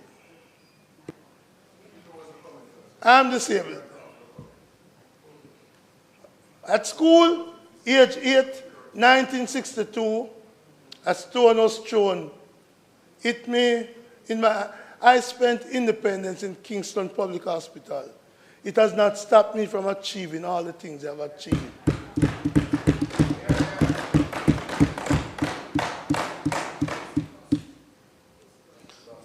Mr. President, I have no written speech, but I come with the sentiments of the Jamaican people written in my heart, and I will therefore reveal it.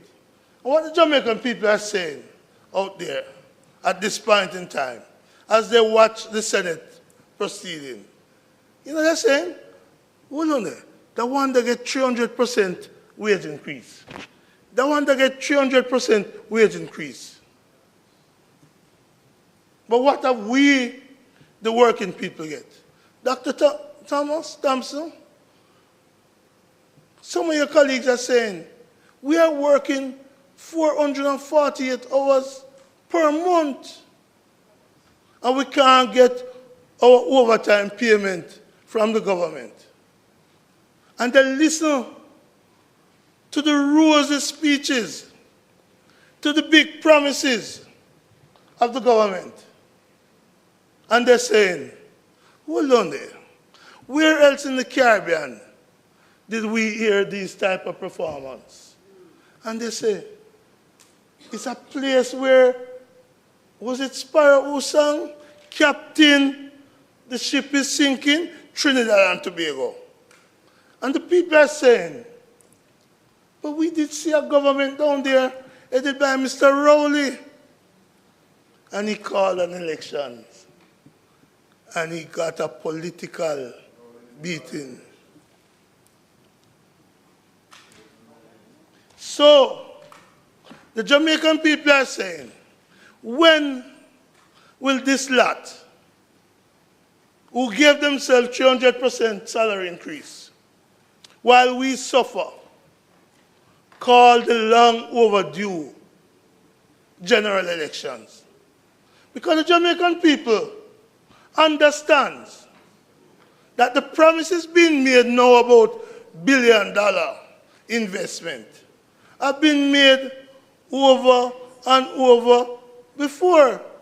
They are the same name that you call so often, Andrew Michael Holness, promised a big power plant to reduce the price of electricity. And what has happened is that the price of electricity has gone from 23 cents to over 40 cents per kilowatt. The Jamaican people experience your promises. The Jamaican people will remember that when you are talking about $1 billion investment, they will remember a simple promise like fixed election date in the first 100 days. They will remember impeachment in the first 100 days, so they know they can't trust you lot. And the good thing, well, Portia did leave the road for you to do, and it takes so long to do it. And it mash up in no time. And let's remember this. Let's remember this.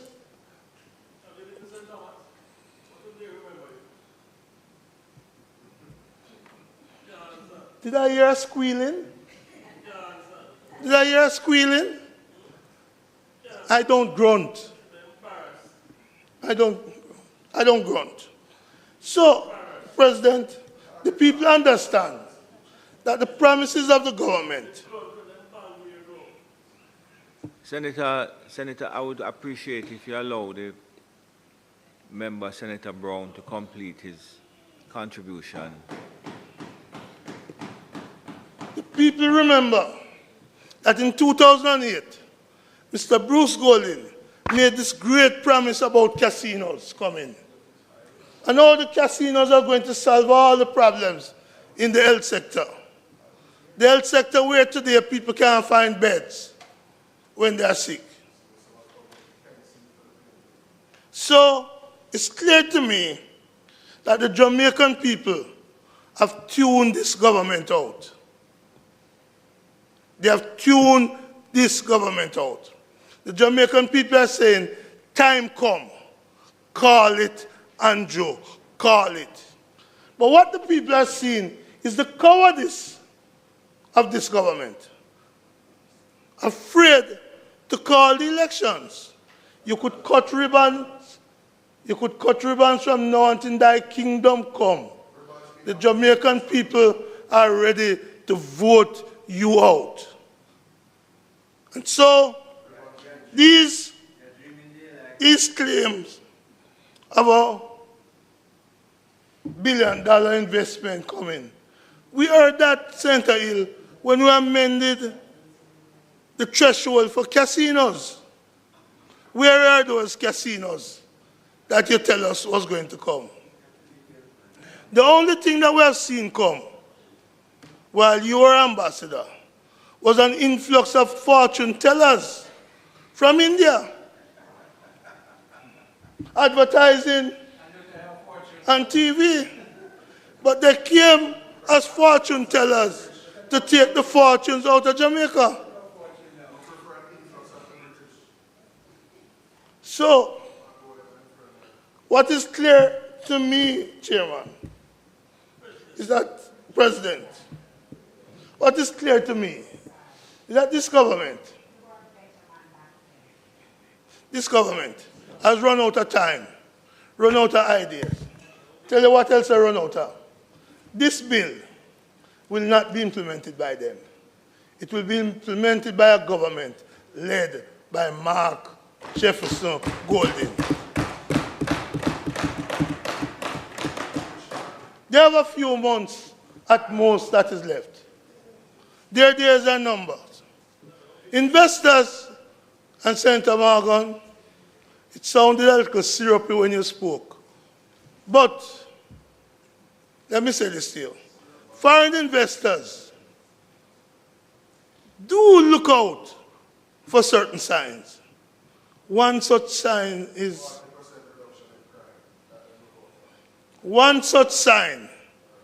the freedom of political candidates to campaign for a seat. Where's the law now? Where's the law now? They look out for that. Another thing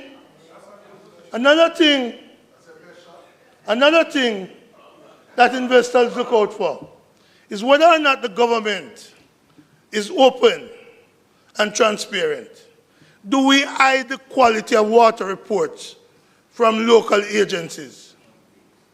The people are concerned about those things. Investors are concerned about those things.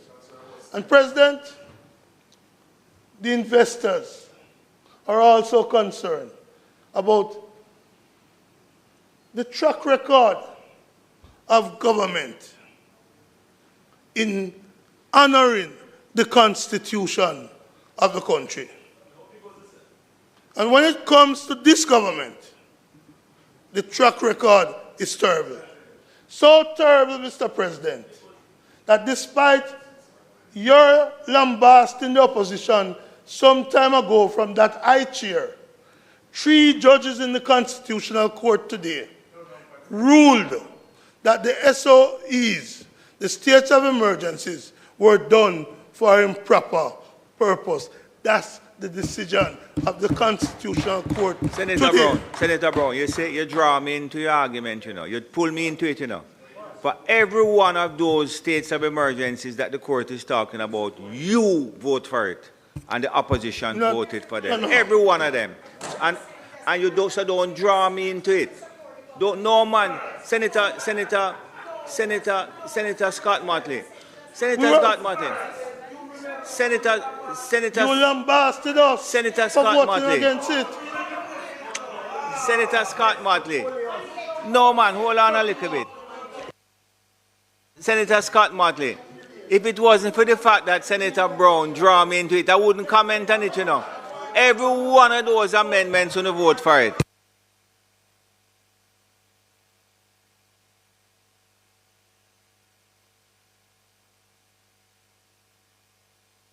Hold on a little bit. Let me. We don't forget what you said that fateful morning. No, I'm leaving off him. But I just want him to know that history will not absolve him. History will not absolve him. And so, Mr. President, as Senator Morgan got up to speak to giving big business tax break, and we are not opposed to that. Because I well remember, President, in this chamber, sitting on that side, when the PNP government sought to pass a bill to give tax credit to those who would invest in urban centers, where to lift the decay, that at least 3 members of the government Senate team voted against that bill. They voted against that bill. And the only government member at the time who voted with the government of Portia Simpson Miller was Nigel Clark. Opposition was Nigel Clark. We will remember it. Remember who voted against it. Remember that it's recorded in answered because it was a vice vote. And yes, A.J. Nicholson walked through the door and didn't even know what the clerk asked Senator Nicholson. Sophie, you were there. Flag, you were there. When we said A.J. said yay. And A.J. said yay. And the bill was passed. We remember those things. We remember those things. Just as we remember who used this Senate to promote and embrace a convicted child rapist. We remember that. Those who use this Senate Senator Brown. to embrace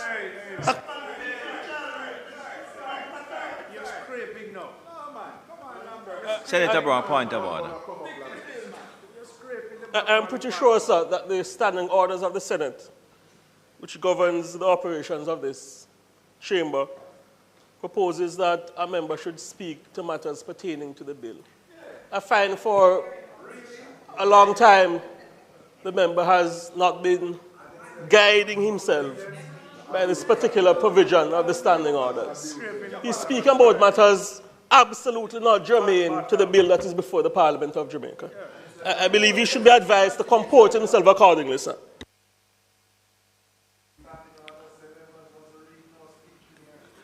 Senator Brown, you know exactly what you're doing, so just stick to the bill for me. I know what I'm doing. I'm reminding the Jamaican people of things said here and why my vote today for this bill is being consistent. When I was over there, I voted for tax relief on a particular bill that some of you who were sitting in opposition voted against. And the record of Parliament is there. So I'm telling the people of Jamaica, I am consistent. But when I hear some of your government senators, go on radio and criticize my call for the minimum wage workers to be freed of paying taxes, but come here and vote for tax relief for big people, I have to ask myself, whose interests they serve? And that's why the people are saying, time come. Mr. President, you know my position on tax relief. I don't have a problem in giving big business because it's going to fall to our government, the People's National Party government, headed by Mark Jefferson Golding, to implement this. Also, to Mark Golding, there are going to be other tax issues, not just the large scale, but to free up the workers who are being taxed for uniform and laundry now. It's going to fall to Mark Golding. It's going to fall to Mark Golding to change the laws dealing with the 1971 termination of employment order to allow workers to be treated differently when they are terminated and compensated. And above all, it's going to fall to Mark Jefferson Golding to free the over 200,000 minimum wage workers who are now required to pay $20,000 plus per year in education tax. So I vote for this bill here today, confident that your time has run out. Your leg of the relay is over. We will be carrying the baton.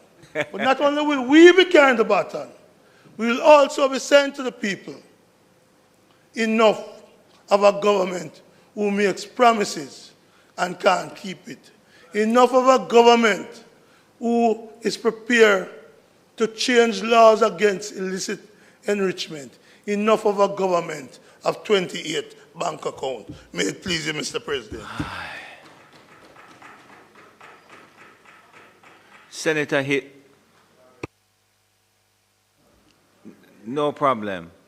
What?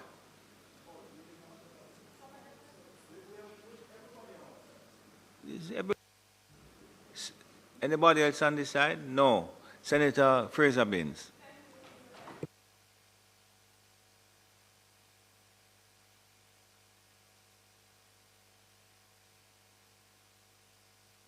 Thank you, Mr. President. And Mr. President, I rise to make very brief remarks on this bill that is before us. And like my colleagues, we do not have any major challenge with the bill itself. However, you will understand and appreciate that there is one matter that I wish to speak to as we consider this bill, and it has to do with the environmental aspect of it. And you may ask, why am I raising it? And I'm raising it, sir, because studies show that every large-scale development has significant environmental impact. And we see this every day right here in Jamaica. whether it is the development of highways or the development of large-scale housing, there is an environmental impact. The challenge, however, is that enough attention is not paid to this impact. So when we think about clearing land and the biodiversity loss and deforestation that takes place, in our contemplation of these pioneer industry, then we have to consider how well these activities affect the environment. But not just that, but we also have to put in place effective measures to ensure that we balance these effects. And that is why activities such as the environmental impact assessment cannot be a discretionary act, but is something that has to be mandatory. And, Mr. President, if we look at the bill, particularly at Clause 7, which establishes the management committee, and it speaks to the role and the function of the committee. And then at the second schedule, no, the first schedule, it speaks to the composition. Sorry, direct me again. The composition, that's the schedule, page 7? 27. Where am I looking at? Page 27. So it is a schedule to the bill. And it speaks to, at section 1, to the composition of the management committee. Mr. President, let me just state that the composition as is, I have no challenge, but I have a recommendation. And that is for either an expansion of the members or a deletion of one of the members, and to put right here in the composition a member from the NRCA NEPA. And you may ask why, and I'll tell you why. As I understand it, and I stand to be corrected, when an application is made to the committee by the company or the entity to be deemed a pioneer industry activity, if the committee approves it, then they say yes. And I'm assuming, without the detail being provided in the bill, that the application would include where the industry is going to take place, the nature of the industry, and what is required for the operation of the industry. I'm sorry, it wouldn't have NEPA approval already. No, I'm coming to that. I'm coming to that, Mr. President. So, if my understanding of the process is correct, then the project would have been approved. And then having been approved or having been designated, then it then applies to NEPA for approval. And I think that is the wrong way. If it is that a representative from the NRCA sits on the committee, then that representative would have before them information on the development orders in the parish, that is where the industry is going to take place. We'll have information about protected areas, watershed area, and from the very beginning of the process, we'll be able to advise the committee that even if the project is a good project, the location is not the ideal location because of the environmental impact that is likely to occur if this project takes root. And then it makes it so much tidier than the management committee having approved it. Then you go to NEPA, and NEPA says, no, drawbreaks, it can't work. Or, if NEPA says, no, it cannot work, then you appeal to the minister, whoever the minister of the day is, who then overrides the decision of NEPA with certain conditions, which really brings a lot of things into question. And so I think the better approach would be for a representative of the NRCA to sit on the committee from day one, where that person would have all the knowledge available. We're not talking about planning approval now.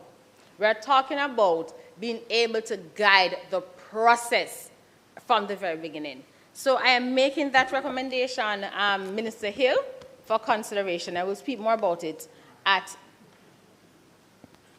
isn't it Minister Hill? Right, so I'm making that recommendation for consideration at committee stage. And you see, Mr. President, the reason why it is so important is that when it comes on to large-scale planning, there are a lot of things over and above the economic benefits to be derived, which we support, and we want the economic benefit. But sometimes what we find happening is that the economic benefit, the considerations for the economic benefit outweigh the consideration for the social and the environmental benefit. And so I want us to consider that. We have to consider, and this is where I think also, again, perhaps in your closing, you can guide us, you can share a little bit more as to what the process involves. But things such as a social survey. How is this project likely to affect the community? And I'm going beyond just the environment, because communities are impacted by development, whether it's because of, I mentioned trees, but sometimes you're going to have to engage persons, purchase their land that they're on. We see that happen in different industries. We have to engage in different activities. We have to relocate. People have to relocate different things in communities. So we have to engage community. And we have to ensure that particularly vulnerable communities are taken care of when we're considering these large-scale developments. And it is for that reason that I am recommending, if it's not yet in the process, that there's a social survey in addition to everything else that is required for the application process. And finally, Mr. President, as we consider the large-scale development, I want to put a plug in for zoning and our development orders. We still have development orders for some parishes that have not yet been approved, that have been on the paper, and the process has commenced some time ago. And as we contemplate large-scale development, not just for Kingston, because Kingston has been approved, but for the country on the whole, then we have to ensure that our development orders and our zoning orders and plans are up to date, and that when these determinations are made, that they are made in keeping with the zoning and the development plans for the area, separate from when it goes to NEPA, which takes on a whole different set of consideration. So, Mr. President, that is my brief contribution, and with that, I support the bill. Thank you. Thank you very much, Senator Fraser-Binns. No, Minister, 1 minute. Senator Bunting.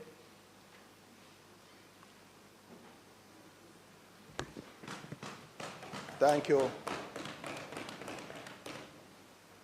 Thank you, Mr. President. Mr. President,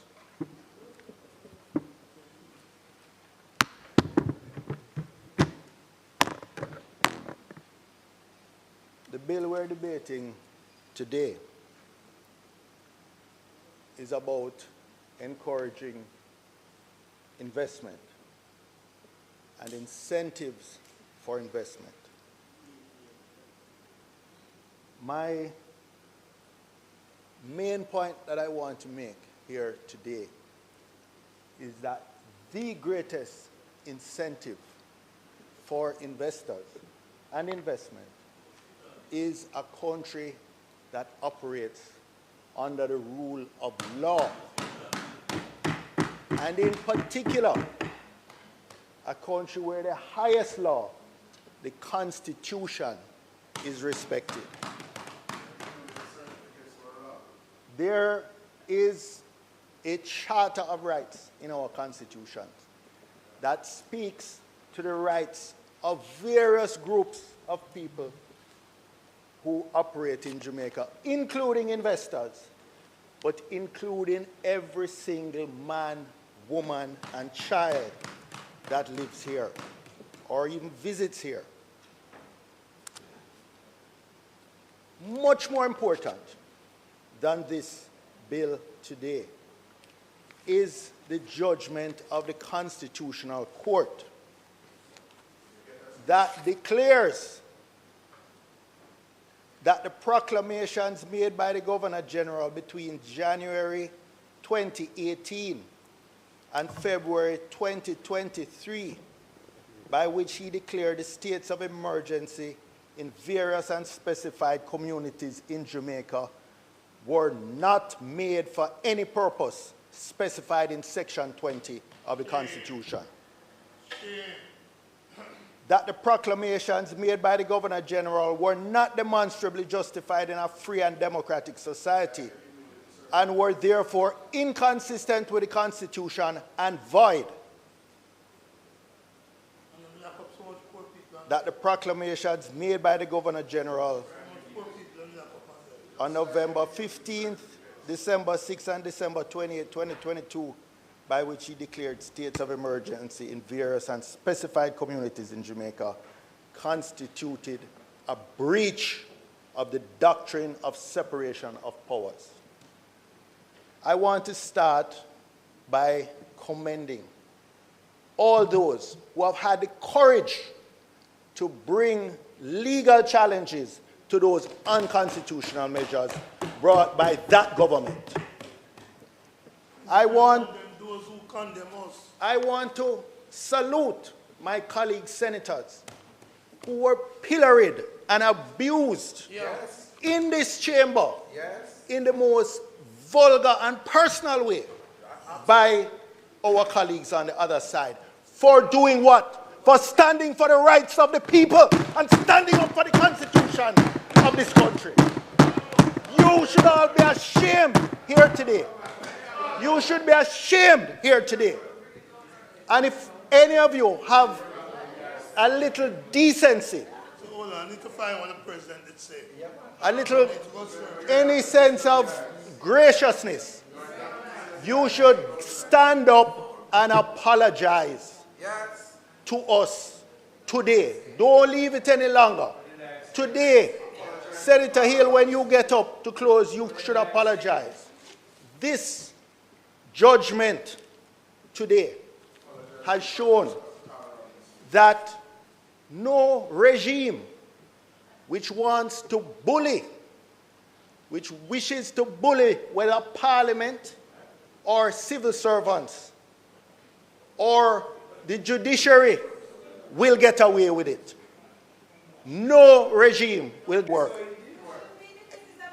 Are what are being followed by the JISTV today, which is responsible.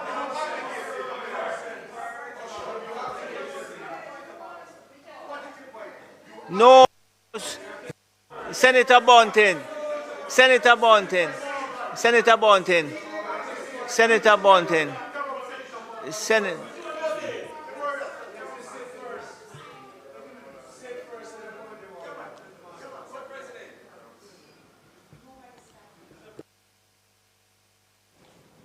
Mr. President, the point of order I seek to raise is that the comments of Senator Bunting, even if you give it the best latitude that you can, he has gone way beyond what is relevant to the bill that is before us.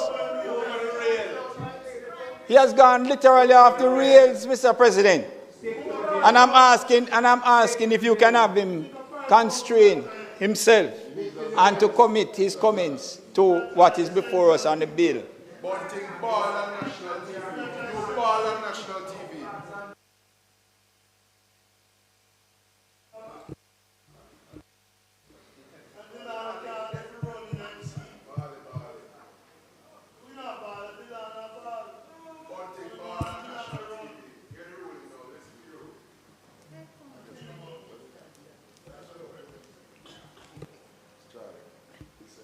We need to press it.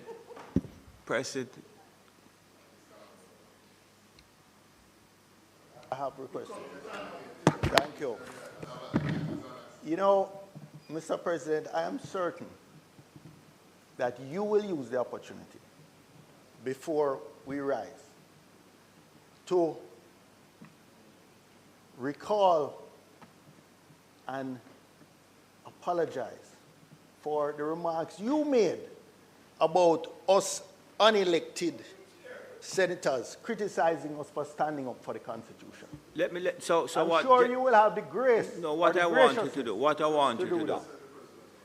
No, man, I don't need any assistance here, you know.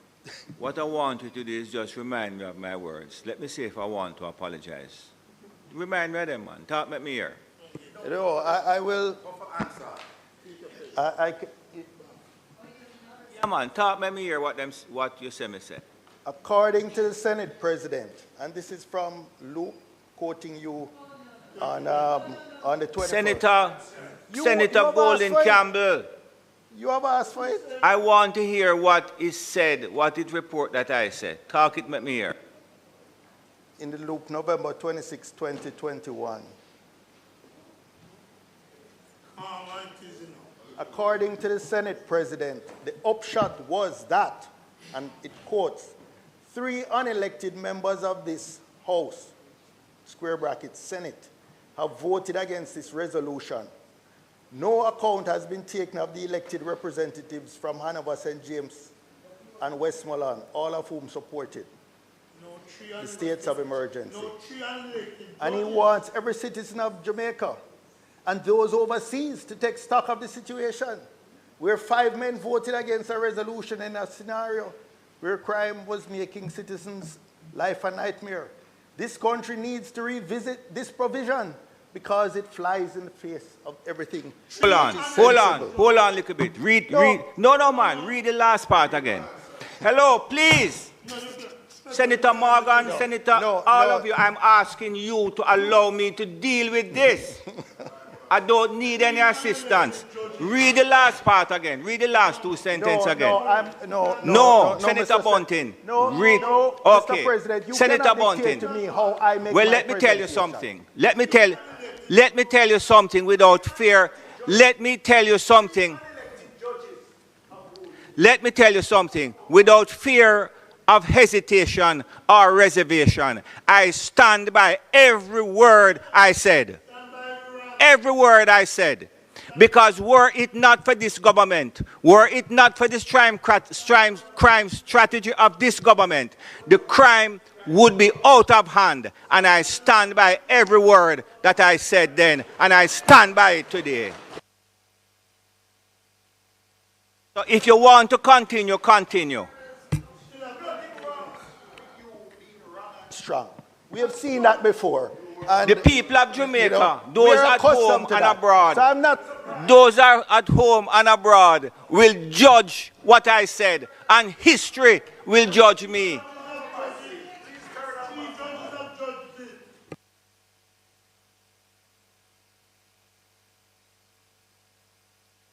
You can't suppress the Constitutional Court.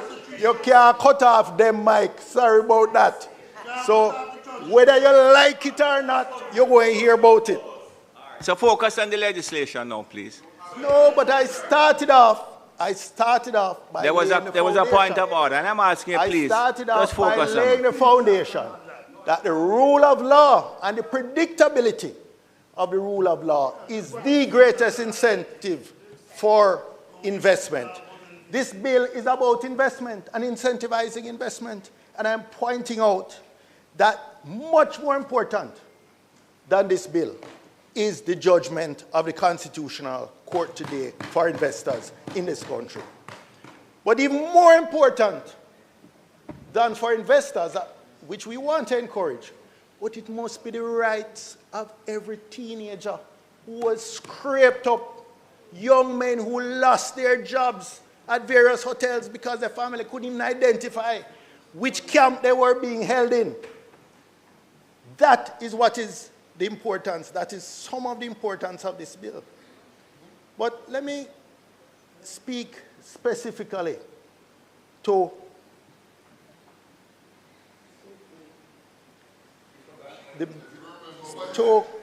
I'm trying to remember LSPPIA, that is the Large Scale Projects and Pioneer Industries Tax Relief Act.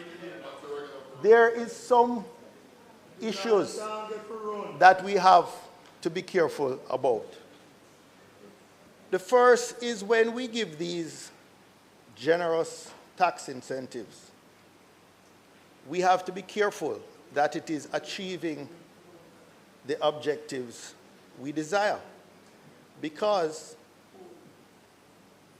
there is an example, and somebody spoke about a summit. There was a tax conference, a conference of tax experts that I attended.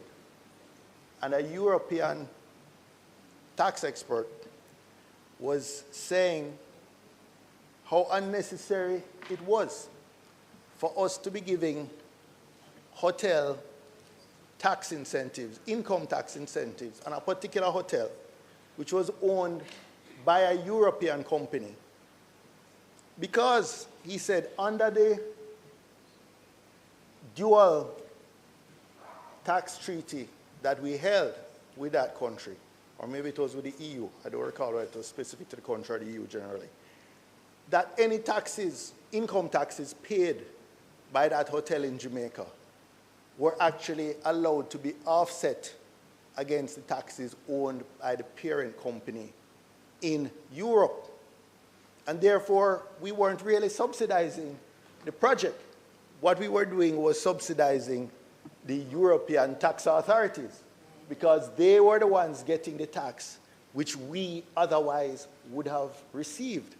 And therefore, it is important that when we look at these, we understand not just the potential benefits, but the potential risks that we're taking. The other risk that I want to highlight is that when you have these projects where these massive entities get all these incentives, what it's also doing is creating distortions in market competition. And again, they use the example of large hotel chains which are vertically integrated, literally from booking in whatever country, the tour operators, right through to the charter flights, right through to the transfers from the airport to the hotel and back, right through to the selling of tours. So what that does is essentially block out the SMEs, creating distortions in market competition, and most of all, encouraging lobbying rather than innovation.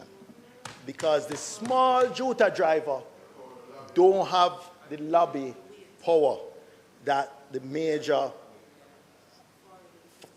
the large investors, whether local or foreign, that the large investors have.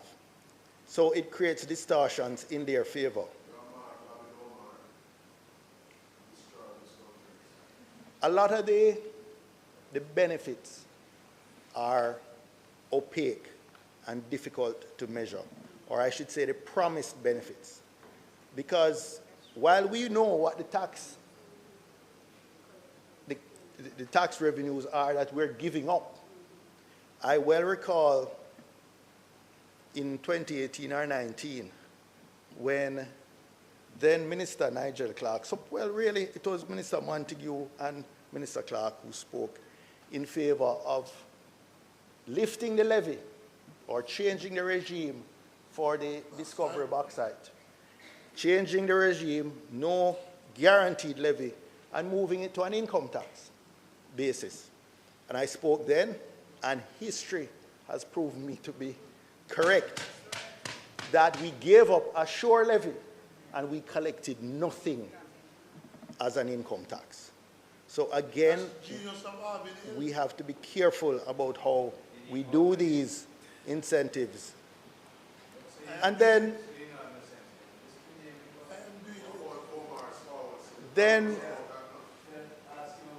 the truth of the matter is, Minister, all of these standalone bills will have limited impact without complementary reforms. Tax relief alone does not address structural barriers, such as bureaucracy, such as high energy costs, inadequate infrastructure, or, as I spoke to last week, the low productivity of our workers because of weak educational outcomes. So, you mentioned heart, and I think heart has a critical role to play, and I will pause to acknowledge a great public servant who passed and former executive director of heart, Robert Gregory.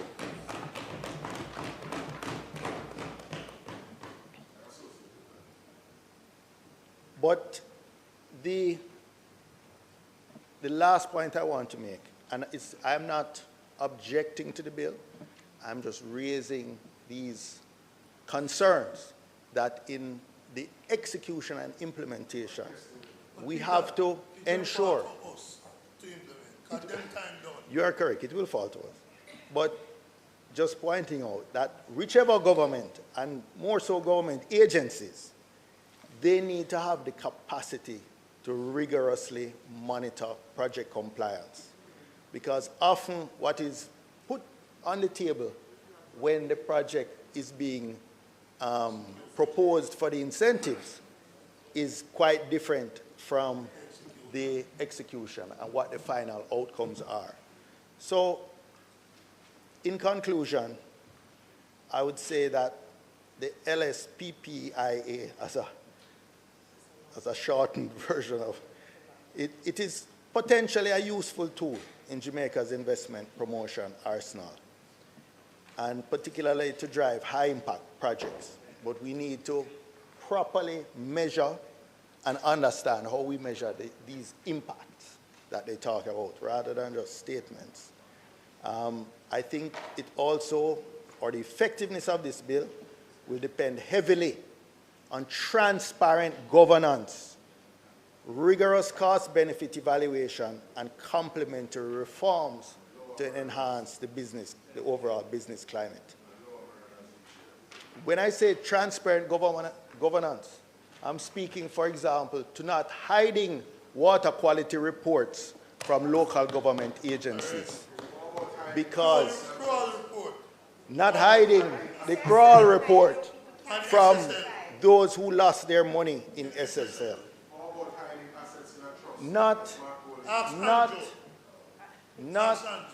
Ask him about Positive Jamaica Foundation, if you want to find out about how to do that.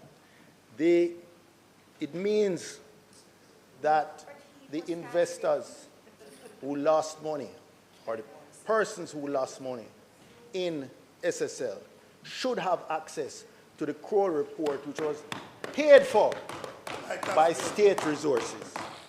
So, with those remarks, Mr. President, I just conclude in saying tax incentives are not a substitute for broader structural improvements. And regular public reporting on the impact of these approved projects, I think, will be essential to maintain public trust and fiscal discipline. Before you see, just mention the context of the vote. 1% vote. Yeah. 1%. Yes, just still 1%. Thank you very much, Senator Bonte.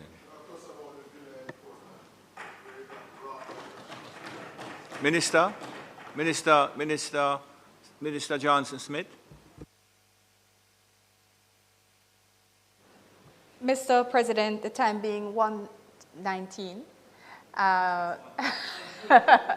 might the Senate be permitted to sit beyond 1:30 to complete the business of the day? Thank you very much. Members would have heard the question. Those in favor? Against? And I'm reliably informed that there is a deterioration in the weather. Well, it's a blessing, but there is pretty heavy rain in the corporate area. I'm concerned about the staff of the Parliament, many of whom live outside of the immediate confines of the capital. So if I could ask you just to move with a degree of alacrity.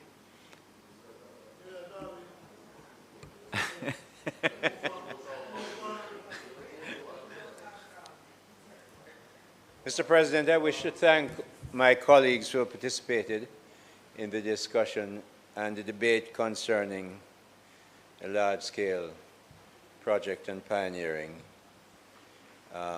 Industries Act. The emphasis is on large scale.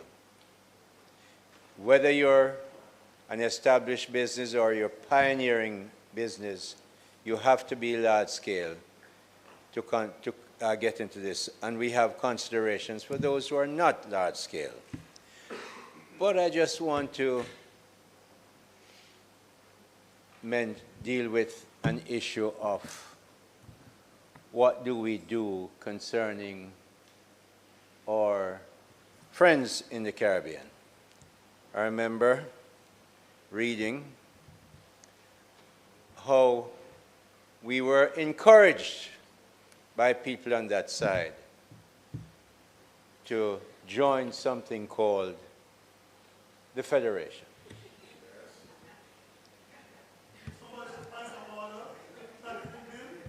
And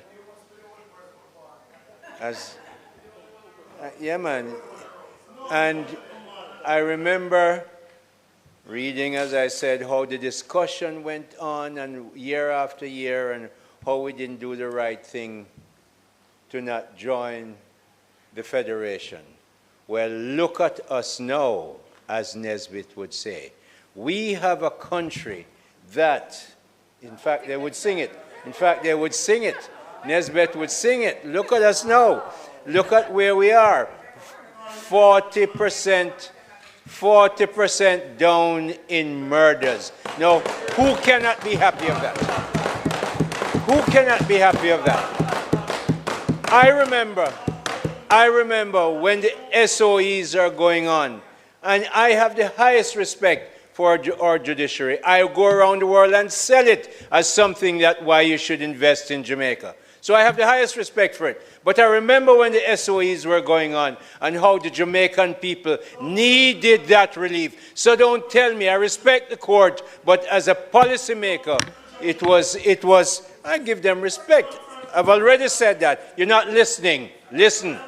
So I'm saying to you that, Mr. President, I am pleased to see where we are today, and every step that we've taken has led us to a place where we can say today, this is where we are. Not only are we 40% down this year, but we're 19% down in the same period the year before. So we are doing well.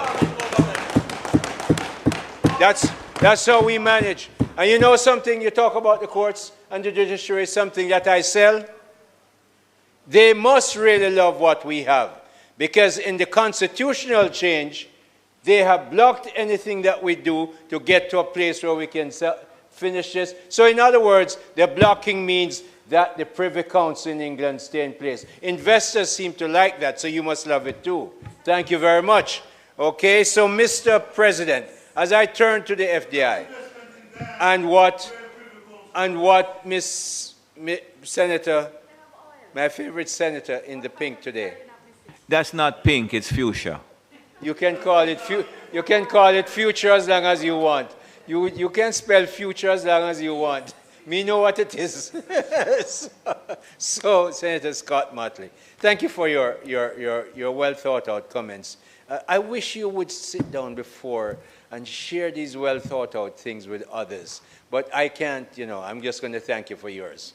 So on the FDI, because you talked about foreign direct investments going down. Mr. President, none of us in here, or our parents or our grandparents, have ever seen a pandemic that did not arrive for 100 years. After 100 years, at the end of 2019 into 2020, 2021, the pandemic arrived. Mr. President, we had to spend over $100 billion that we did not plan to spend. We didn't borrow any money, but we had the buffers to do it. At that time and during those 3 years, nobody was going over anywhere, never mind to invest. And you did not expect foreign direct investment to go down?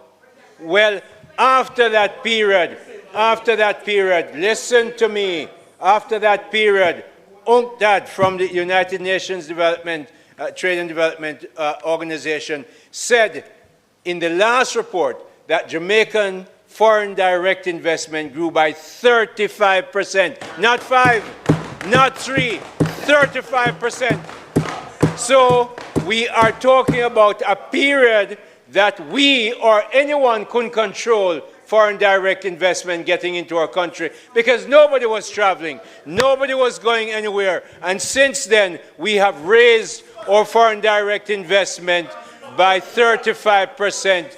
It would be good for you to listen, okay? It would be good for you to listen. I didn't disturb you. Listen, because you learned something. And so, Mr. President, Senator Morris talked about employed persons with disabilities. Absolutely no question. Minister Marks and myself, Minister Williams, all of us will absolutely push this because it's an important part of us. You have my commitment. I like what you say, and whenever that issue has come up, you know across here we tend to support it. You now have a Minister of Efficiency in addition to us, okay? So we are in... I am talking now, so you just listen to me, all right?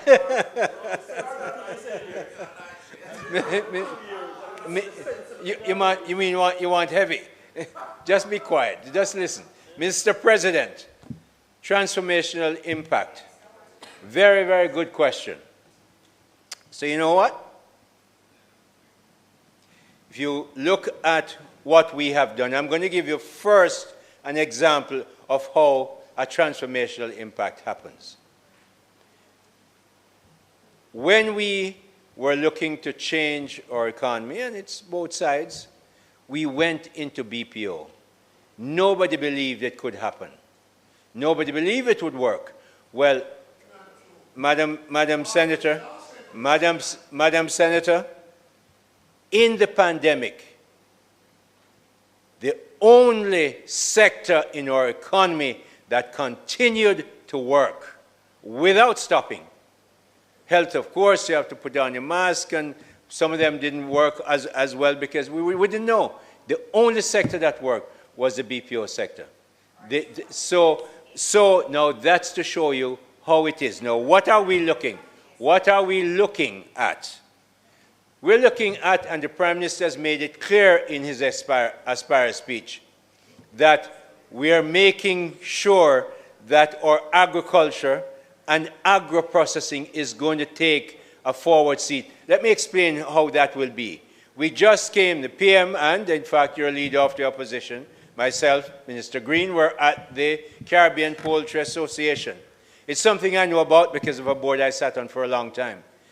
If Jamaican agriculture and agro-processing is going to change, it is going to have to adopt a model that we call the mother farm model. What is it?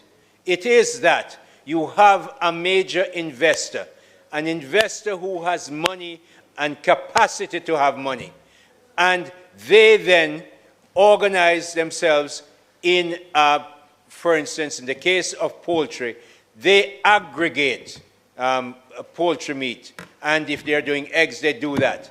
And they make sure that when there is a weather event, exogenous weather event, whether it's a drought or it's too much rain, the poor farmer who has a backyard farm or a poultry house does not generally have the working capital to come back when the poultry house is blown down, the auntie and uncle have no more money to lend them to put it back.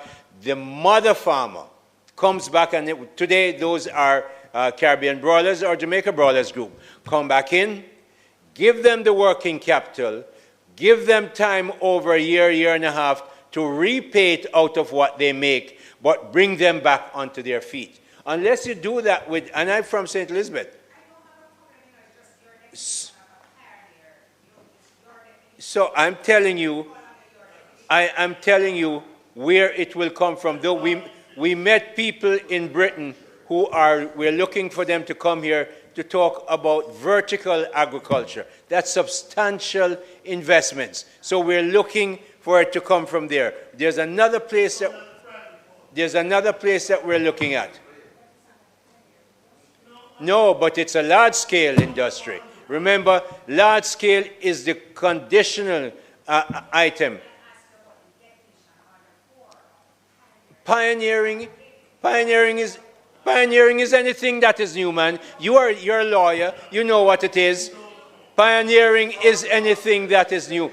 I gave you the example. BPO was a pioneering industry. What do you mean you don't know? I just told you about agriculture, and you're saying no, so I'm moving on. Okay? Then you look at high level, something that is pioneering in Jamaica. We have allowed.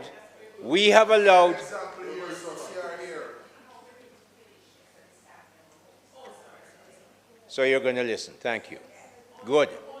When we look at pioneering and looking at where the world is going, we do not have the landmass of the United States, Russia, or China, not even Mexico or Colombia.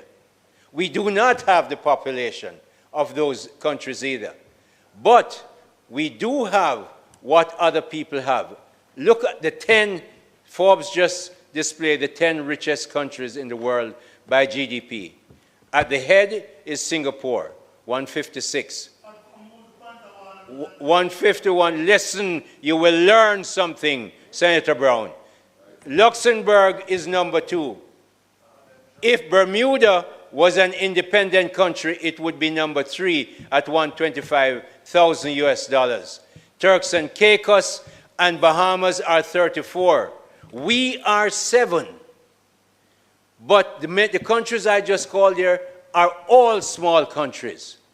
We then have to make sure we put in the financial services that the BVI use Jamaicans, Turks and Caicos, Cayman use Jamaican lawyers and accountants to build their business. We have just changed the law, segregated accounts and partnership accounts and trusts to make sure those businesses come here where you earn a great deal of money from those services, and you know you're going to get help from it. So that's one area. Another area we're looking at is a special economic zone.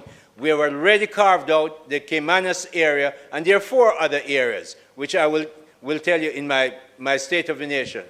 But in you don't know anything, man. So in the terms of the special economic zones, Caymanas Special Economic Zone, we are looking to change the economy. Sugar is gone, banana is gone, we have to go elsewhere. So the logistics business is where we're looking at, and that then will be not only pioneer, but large scale as well. So we're looking at those areas. The ICT business is being transformed. How? We've just secured a grant facility from the EU for 9.7 million euros. Euros. 1.5 million euros is for MSMEs. That's $545 million. That will be used to help 2,700 MSME businesses, not 2,700 MSME practitioners, 2,700 MSME business to make sure they're transformed into digitized entities that make them a lot more efficient. That's very important to us. 70% or thereabouts of the people employed in this country are employed to the 425,000 MSME businesses in this country. So it's vital for us to do that. That's another area that we're looking to grow large scale, and some of it will be pioneering. So those are the concepts that you look at and where we're going. So we need to look at not the nonsense that we hear from over there, but the truth that I'm telling you. So we're looking at those areas, Senator Scott Motley, that we can grow efficiency, and that Senator Allen spoke about. Those will be built in. I want to make sure that the issues that we talked about from Senator Fraser-Binns are important, and we know. You mentioned the environmental impact. Most companies that come in now, I'm dealing with one that coming in with about $350 million US investment. One of the first things that they do before they get any NEPA approval is undertake to do an environmental impact study, because JAMPRO, who helps them, guides them to say, it is vital, you can't go anywhere else. Plus, you need to know for yourself if where you're going to put your investment makes sense before you spend any more money. So that is a precursor to even going to NEPA. Having NEPA on the committee really is almost superfluous, because NEPA is going to have to rule again. So the minister who is wise with her committee will say, these are the areas you have to look at. That's why we have JAMPRO. JAMPRO leads them down the path, literally holds their hand and say, you have to get this done. So that is in place to make sure that these large-scale businesses coming in will follow the right road. I just met one yesterday that purchased another company here in Jamaica, and JAMPRO was right there with them. So that is being taken care of, and nothing can be done anyway before NEPA approves it. And the government, with the ministers and the people on that committee, will make sure that's done. So we're looking at investments in water. Water will take about $4.5 billion to fix that in Jamaica. Lots of opportunities. So, Mr. President, as we look at this, and yes, we have been going at this for a long time, but the clock doesn't stop on the country. We're very pleased that we're at this stage where we can now ask Mr. President that this bill be put in place, and I therefore ask for the second reading of the legislation.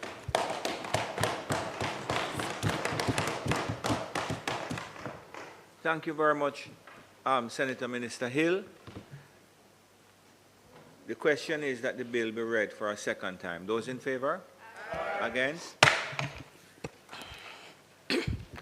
An act to make provision for the designation of projects as approved large-scale projects or economic activities as approved pioneer industries, to provide tax relief in relation to projects and activities so designated, to operationalize the tax incentive for large-scale projects and pioneer industries, to establish an application and management committee as part of the process of approving participants of large-scale projects and pioneer industries, to repeal and replace the Income Tax Relief, Large-Scale Projects and Pioneer Industries Act 2013, and to provide for connected matters read a second time.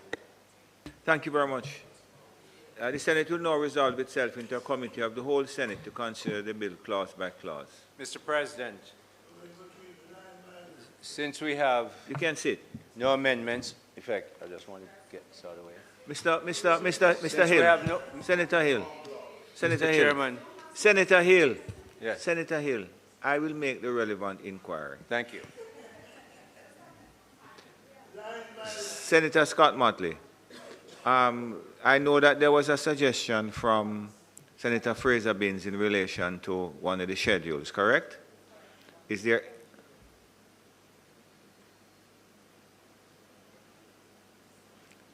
any other clause that you think that we need to pay attention to? Can we move ahead? Yes, Senator Brown, of course you can. All right, so let me move ahead. Let me proceed, Senator Scott Motley, I'll proceed. Okay, good. Okay. If I can have your attention so we can move quickly. I put clauses 1 to 4. Those in favor? Aye. Against? I put clauses 5 to 13. Those in favor? Aye. Against? I put clauses 14 to 22. Those in favor? Aye. Against? I put clause 23 and 24. Those in favor? Aye. Against? Okay, Senator Fraser Binns. The schedule, you have an issue with the schedule, or the explanation satisfied you? Mr. President, it hasn't satisfied me, but from the Minister's response, I think I have an answer that he's not going to consider an amendment. Okay, so I can put the schedule. So I put the schedule of the bill. Those in favor? Against? I put the title and enacting clause. Those in favor? Against? The question is that I do report the bill as having passed committee stage without amendment. Those in favor? Against? I do report the bill as having passed committee stage without amendment. Minister?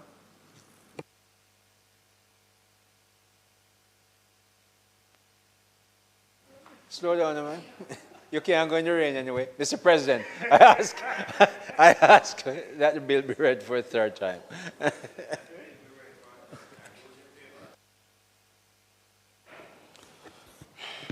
An act to make provision for the designation of projects as approved large-scale projects or economic activities as approved pioneer industries, to provide tax relief in relation to projects and activities so designated, to operationalize the tax incentives for large-scale projects and pioneer industries, to establish an application and management committee as part of the process of approving participants of large-scale projects and pioneer industries, to repeal and replace the Income Tax Relief Large-Scale Projects and Pioneer Industries Act 2013 and to provide for connected matters read a third time and passed.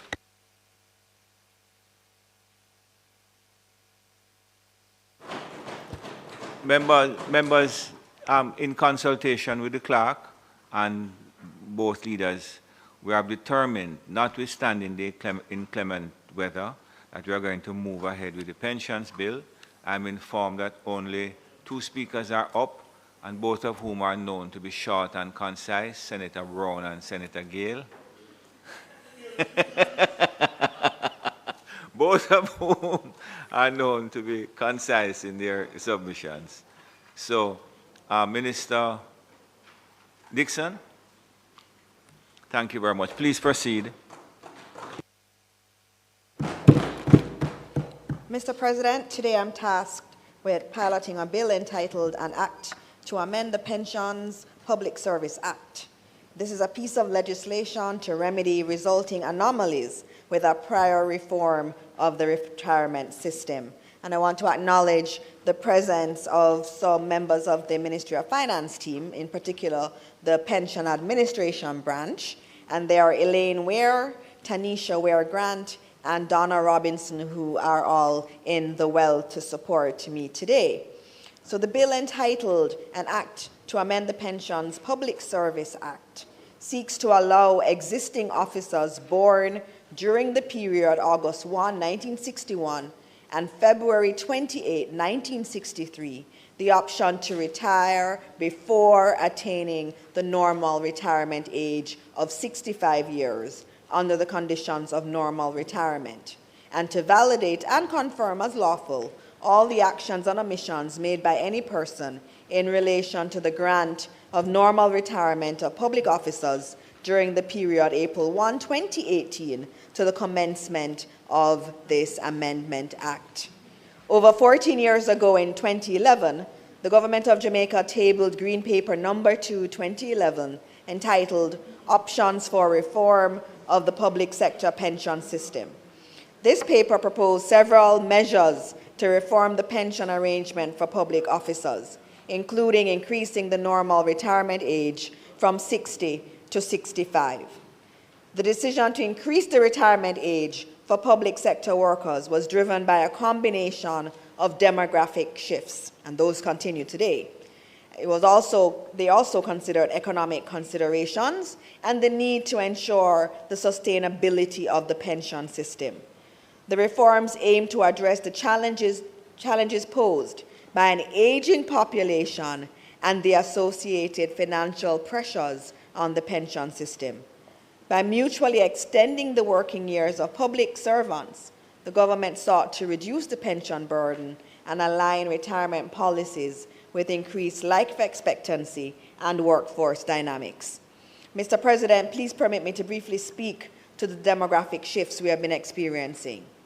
Chief among these is the steady rise in life expectancy, which now surpasses 70 years, meaning more Jamaicans are living well beyond the traditional retirement age of 60. At the same time, the country has been experiencing a declining birth rate, leading to a smaller portion of young people entering the workforce. With a fertility rate of 1.9 births per woman, recording in 2023, that's really low, 1.9 per woman. This falls below the replacement level of 2.1. Jamaica does not have the necessary conditions right now to maintain a stable population. In simpler language, Mr. President, Jamaicans are living longer, but not having enough children. As a consequence, all things being equal, our population will decline.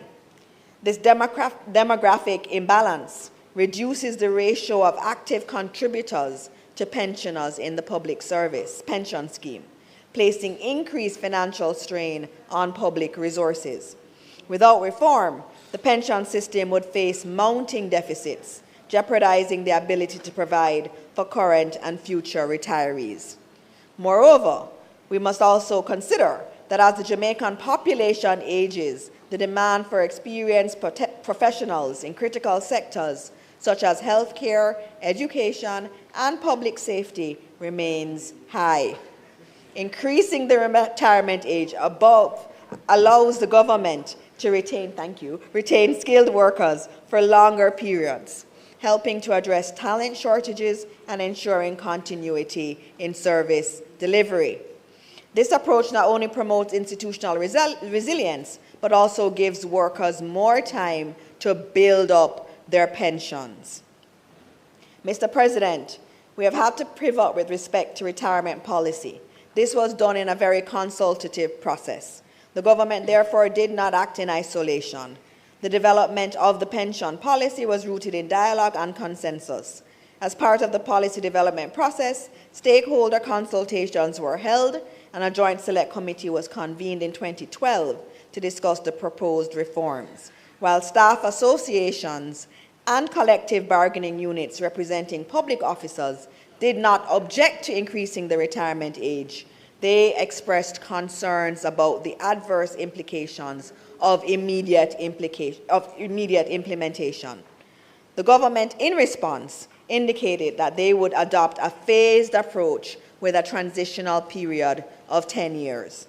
This was to facilitate a smooth transition for public officers who would have attained retirement from 55 years up to 60 years as at April 1, 2018, and would have been preparing for retirement at age 60 years. On April 1, 2018, the Pensions Public Service Act 2017, the Act, came into effect. The definition of normal retirement age in Section 2 and Section 14 of the Act introduced a new retirement age requirement.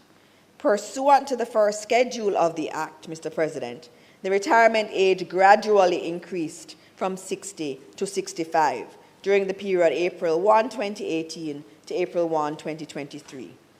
The Governor General, acting on the advice of the Public Service Commission and permanent secretaries and other designated persons, acting pursuant to relevant delegation of functions orders issued by the Governor General under Section 127 of the Constitution, approved the retirement of public officers under the Act from April 1, 2018.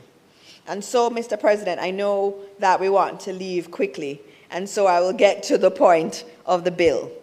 There was an anomaly. We had discussed the 10-year transition period, but what was in the Act, the schedule in the Act, was related not to the 5-year, but to the 10-year. And so there was a discrepancy between what was being implemented and what was actually in the schedule. And so what this bill is doing is trying to rectify that.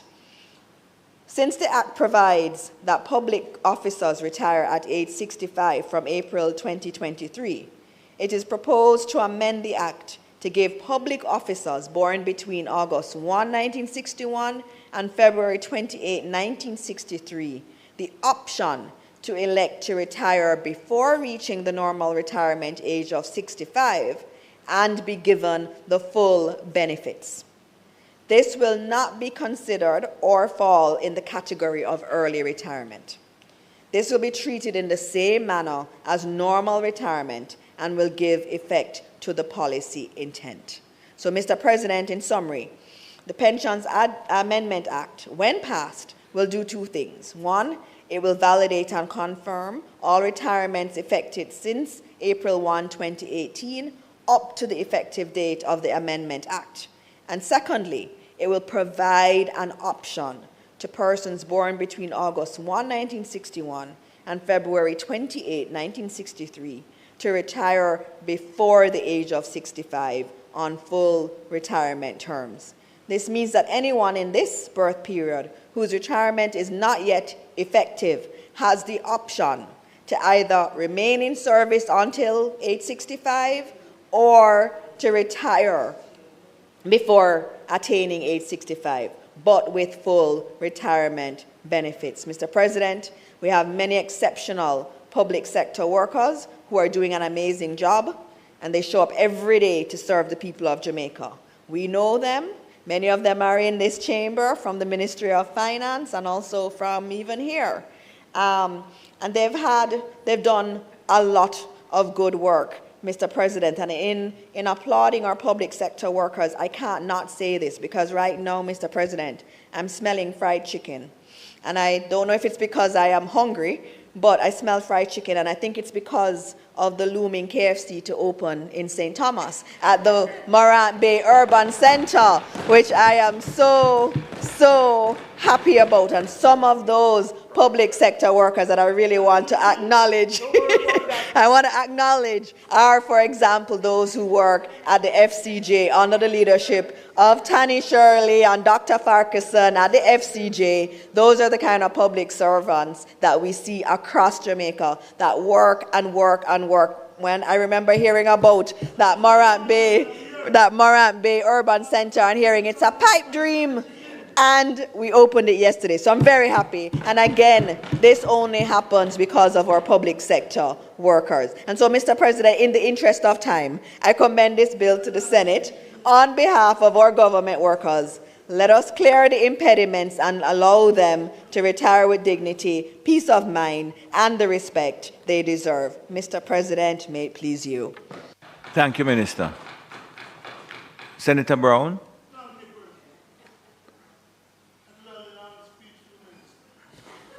Minister, I really just want to say we support the bill. It's about retroactive thing. If you're born between 61 and 63, you're going to be around 60 odd now. So this don't apply to those existing. So those who gone. You know what struck me about 61 to 63? That's when I got my disability. It is a disability. To be one-eyed is a disability. And I'm so proud of myself and my achievement. And those who choose to condemn my physical state are sick. They need psychiatric treatment. So, we support this. And we too support the great public servants. This is making lawful things that was done unlawfully. They don't need to go to the Constitutional Court for this. Like those young people who were arrested and lose their job and put in prison. I finished, no, Mr. President. But I just thought, you see, let me tell you, President, I'm so proud of myself. That Lambert, you and I were at school together, you know. Correct. It is good that we can and when point. I was at it is JISTV good. with you, It is good I was one-eyed. It is good that we can so point. Man can cuss me, but my one eye, no. It is good that we can point to people who we went to school with. Yeah, so and I'm proud to know that you are one of those. JISTV, walk up a door. I mean, I have one eye. And I'm going to cost me not 2025, but my one eye. It's all right, Senator God bless him. Minister, we support the bill.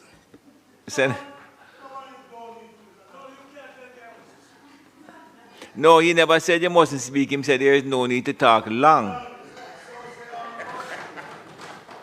No, I'm President. Listen, one of the reference that I want to make in this is, yes, it is correcting a flaw that had taken place to protect a group of workers, especially against the background where it allows those group of workers defined under the period to leave on the retirement with full benefits. And this is the time when you really need the full benefits. One of the key things about it is that if workers were on, you're on the pre-retirement leave, and I have my own concern about those persons who would have been forced on pre-retirement leave. I never said forced by the government. In general, this gives them the opportunity to continue in their employment for a defined period. Yeah? President, it is a major correction, but one of the things that we have to look at as a country is our employment policy in extending the retirement age. Because there are a number of workers who may not have planned for retirement, who would have retired at age 60, but would not have amassed relative savings to support that retirement. And so that extension of moving to age 65 give them a further benefit to continue in employment to earn. It also provides continuous institutional knowledge, because some of those workers have that kind of institutional knowledge that they still can impart in the sector, be it public or private. Now, we have to make provisions for workers entering the workforce, but we also have to make provisions for those who are leaving the workforce. And oftentimes, President, they leave the workforce and they are being challenged with the harsh realities of not properly preparing for that kind of exit. Where they face things like drastic income reduction, an inability to cover medical expenses, and sometimes they have to rely on the state and other family members. And, President, the emotional and mental strain on these individuals is cause for concern. You have those also, and I want to recommend that as a country, we start promoting more pension schemes and more retirement schemes. Some things that we really don't talk about, we really don't encourage, and, there's a financial institution that had an employee for many years on contract, and she was not able to contribute to the pension scheme because she was on contract. In the last few years, about 7 years, she contributed. And when the retirement was effected, her pensionable amount was calculated only less than $10,000 for the month. The mere fact that for years she was on contract and was not able to contribute to a pension scheme.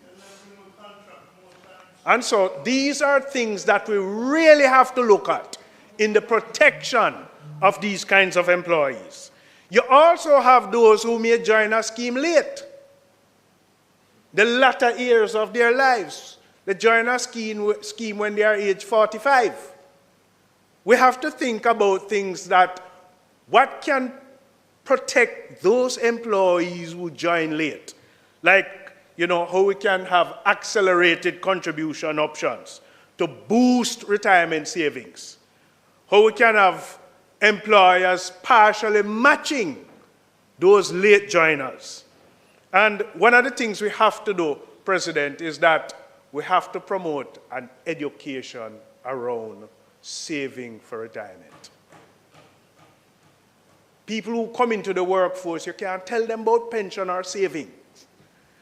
They're not inclined to do so, but we have to educate them.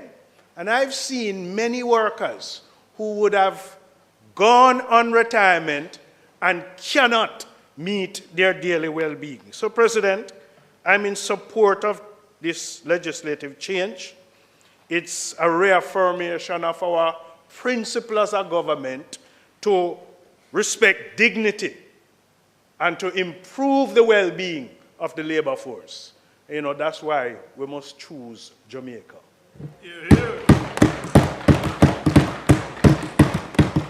So let us continue to build Jamaica in every sphere so that we can protect every single solitary worker.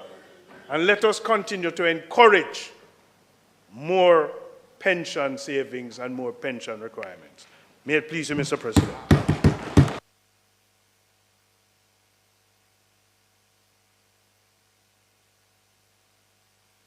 Thank you very much, Senator Gale. Senator Morgan? Oh, sorry.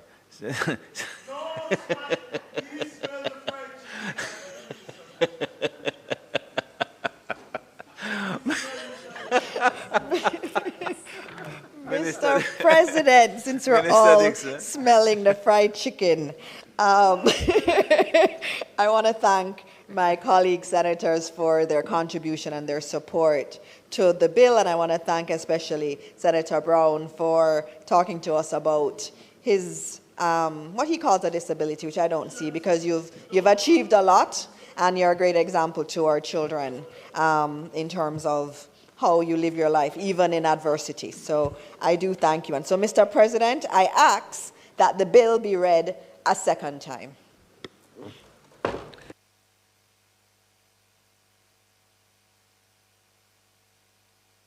Thank you very much, Minister. The question is that the bill be read for a second time. Those in favor? Against? No, you have to lively up, you know. I know it's wet outside. People want to go home. Those in favor? Against?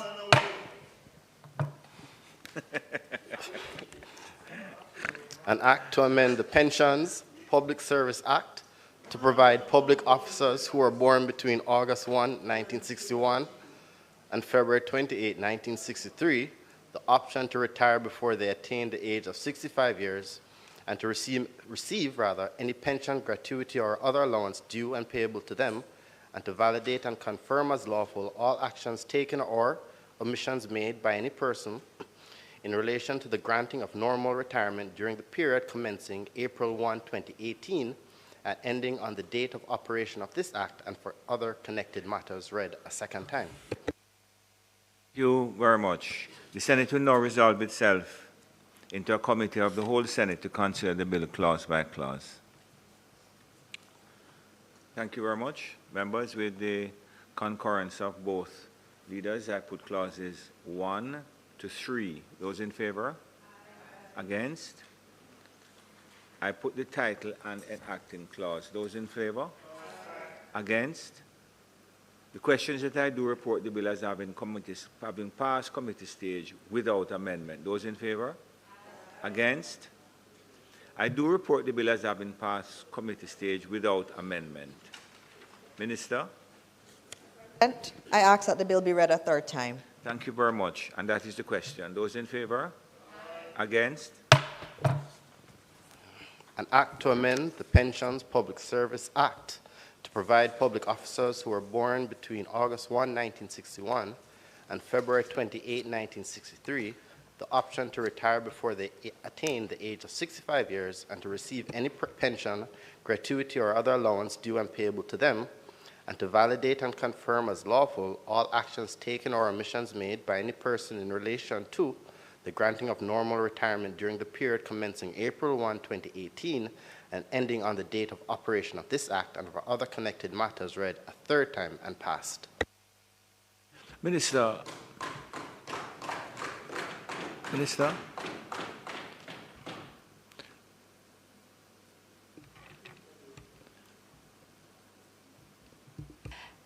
Mr. President, we have had an excellent day today, and except for one outburst.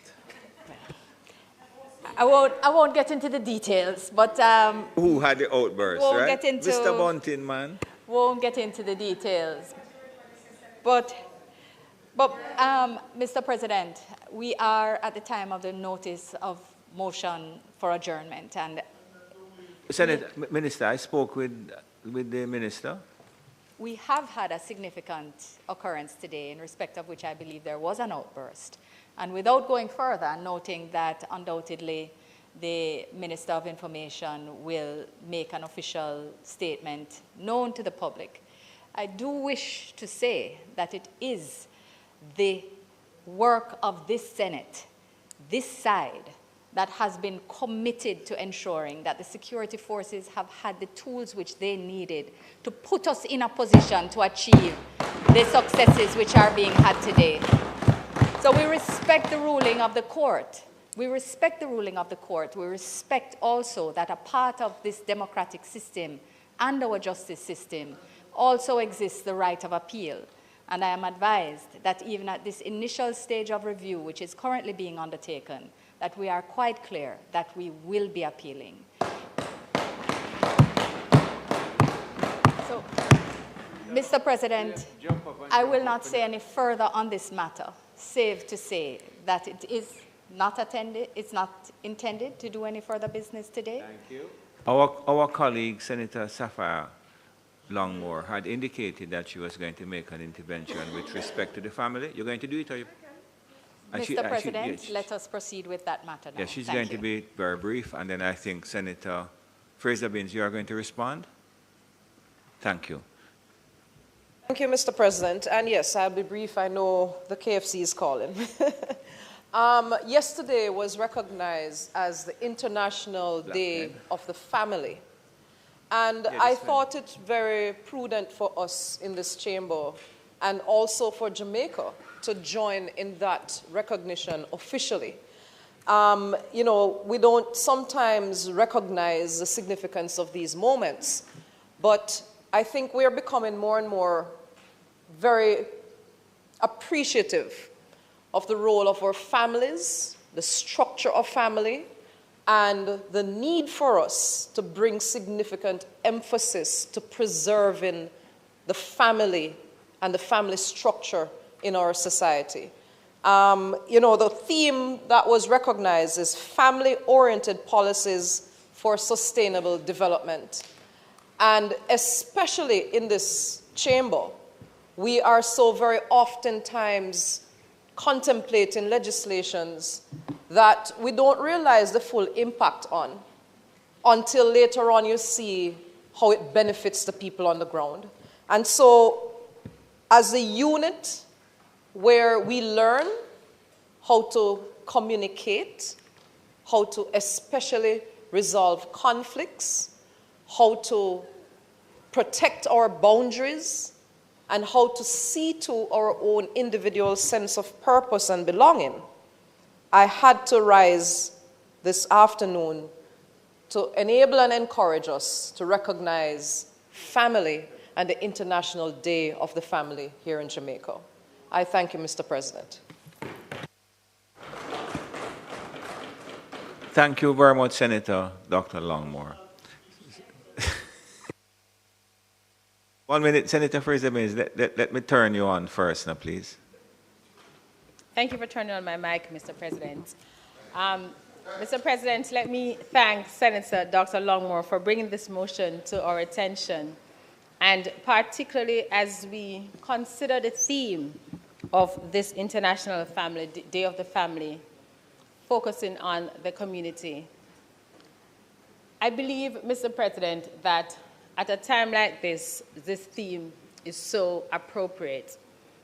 Because I am from an area in Jamaica, St. Anne, Brownstown, where the village, the community, was seen as a family. It wasn't just the nuclear family or the single-headed family or just the extended family of grandparents, but it was the village that comprised the family. And as a country, we have strayed significantly from that rich tradition that helped to define us. And how appropriate in 2025 for us to consider the important role that the village, the community must play in keeping our family unit together, in redefining and going back to the basic of what we know to be our family, rich in values, values of spirituality, values of loving one another, values of forgiveness, values of respect. And I think if there's ever a time that a country needs those values, this is a time. And so, Mr. President, I want to join with Senator Dr. Longmore and indeed the entire Jamaica to make a call for us to go back to the family of community where the village raised the child. Thank you, Mr. President.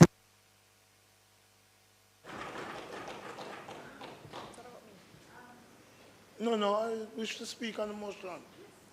Oh, sorry.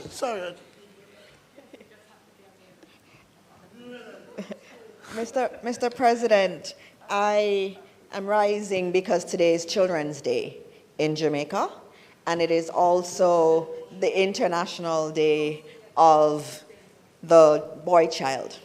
And yesterday, as Senator Longmore said, was the International Day of the Family. And all of them really come together. And Mr. President, on this weekend, so many of us were in mourning because of the murder of 9-year-old Kelsey Ferrigan.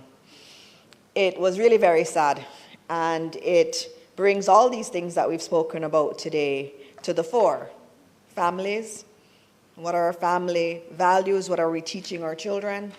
It brings together our Children's Day today, where we're supposed to be celebrating children. And it brings together our boy children.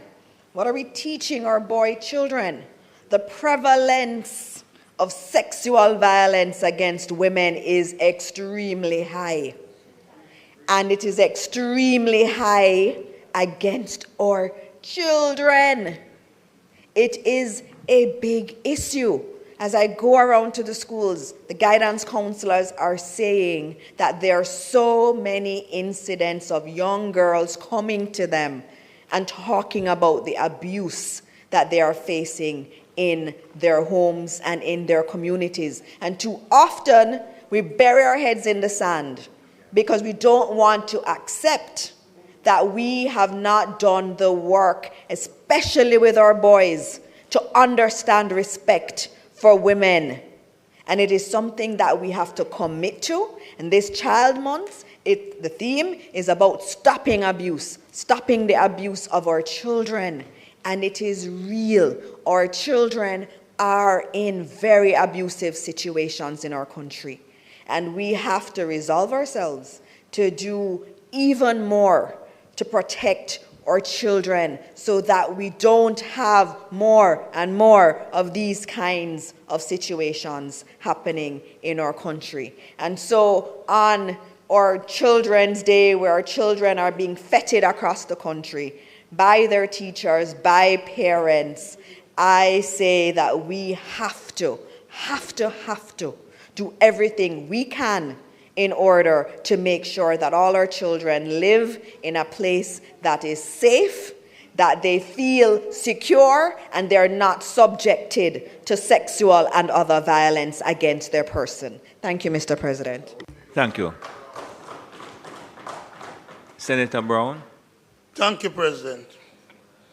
I too embrace the Children's Day.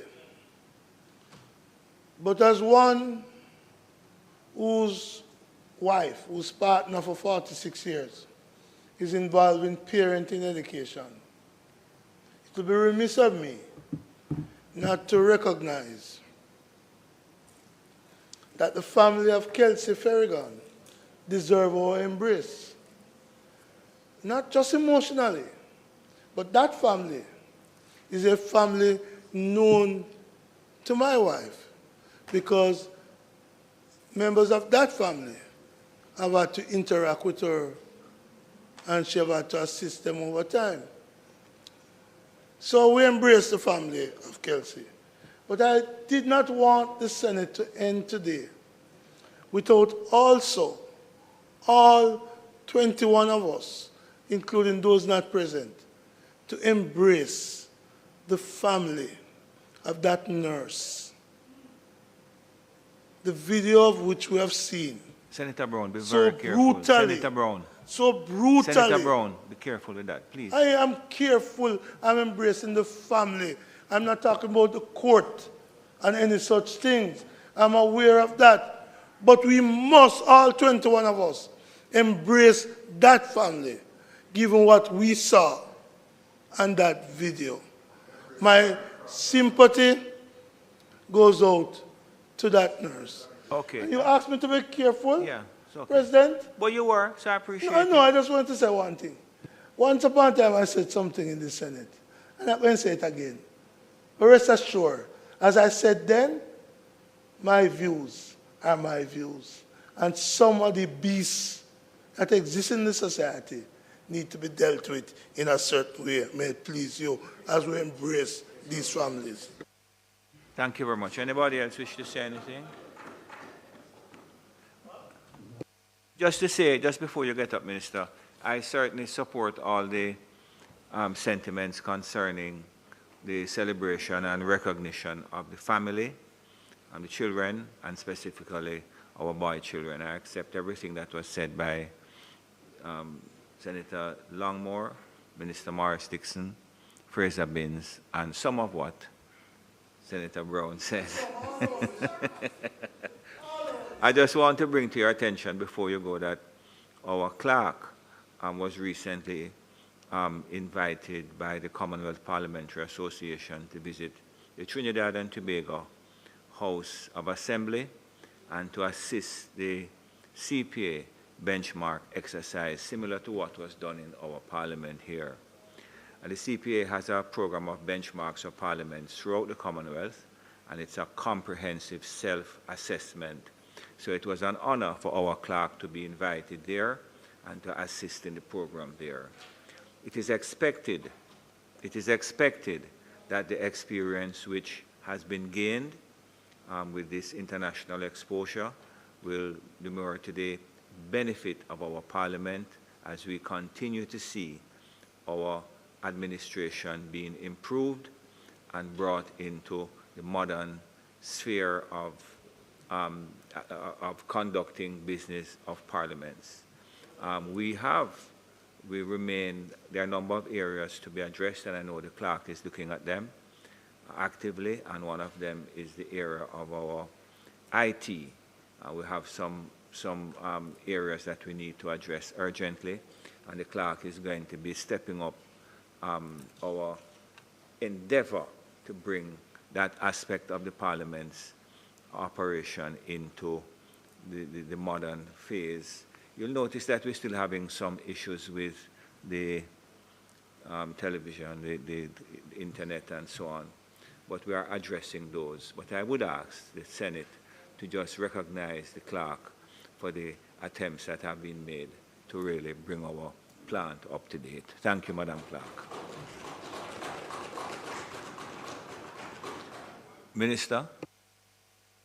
We add our voice of appreciation and commendation to the clerk and encourage her in her engagement with the Commonwealth and other parliamentary networks, which undoubtedly create an ecosystem that helps to support us all in our developmental processes.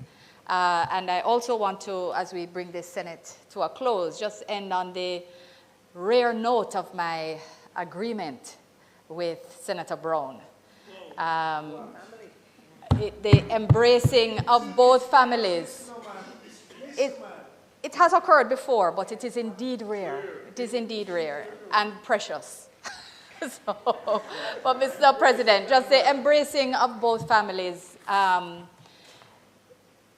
sadly and regrettably fits within our marking of International Families Day. So I want to thank Senator Longmore for having raised the issue. I want to thank Senator Morris Dixon for having contributed and sensitized us on the issue of the International Day of the Boy Child and raising poor Kelsey's soul to the attention of the Senate, but indeed to place our sentiments on the Hansard, because it indeed is a day, I tell you, it's the feelings that we have about these issues As we're senators, we're leaders, we are government and opposition representatives, but we are people. We are human beings at the start, and if anybody doesn't feel when they hear and see the reports that have just been present in our traditional and social media, both matters. You don't have a heart. You don't have a heart if you are not moved by these issues. And the reality is that some have become numb. Some people have become numb to these difficulties. And I very much appreciate the passion that Senator Morris Dixon brings to this space. I appreciate the fact that our policemen and women are not desensitized, and that the leadership of the constabulary in particular has ensured that we are training men and women in the police force, in our constabulary, to give greater importance to these issues. I notice that the family of Kelsey, may her soul rest in peace, is protesting in support of the police today. I've never seen that before. I have seen silence in the communities. I have seen resistance and closing of ranks. And you have seen the other extreme of jungle justice, which has also been called for. But today, family is silently protesting because they are in pain. They are in pain because they have seen things around that community. That man was on bail, Mr. President. He was on bail for having harmed another child. And he served 3 years before, Mr. President, in respect of another one. 3 years for raping a child. And we have to use the language that has for years that rapists have hidden behind, Mr. President. The legal niceties, and we recognize them because they are important to our jurisprudence. Yes, there are terms that are used, carnal abuse and sexual assault and sleeping with a sexual intercourse with a person under the age of 16. These phrases are used, but they're all rape. They're all rape, and they're all destructive of our children.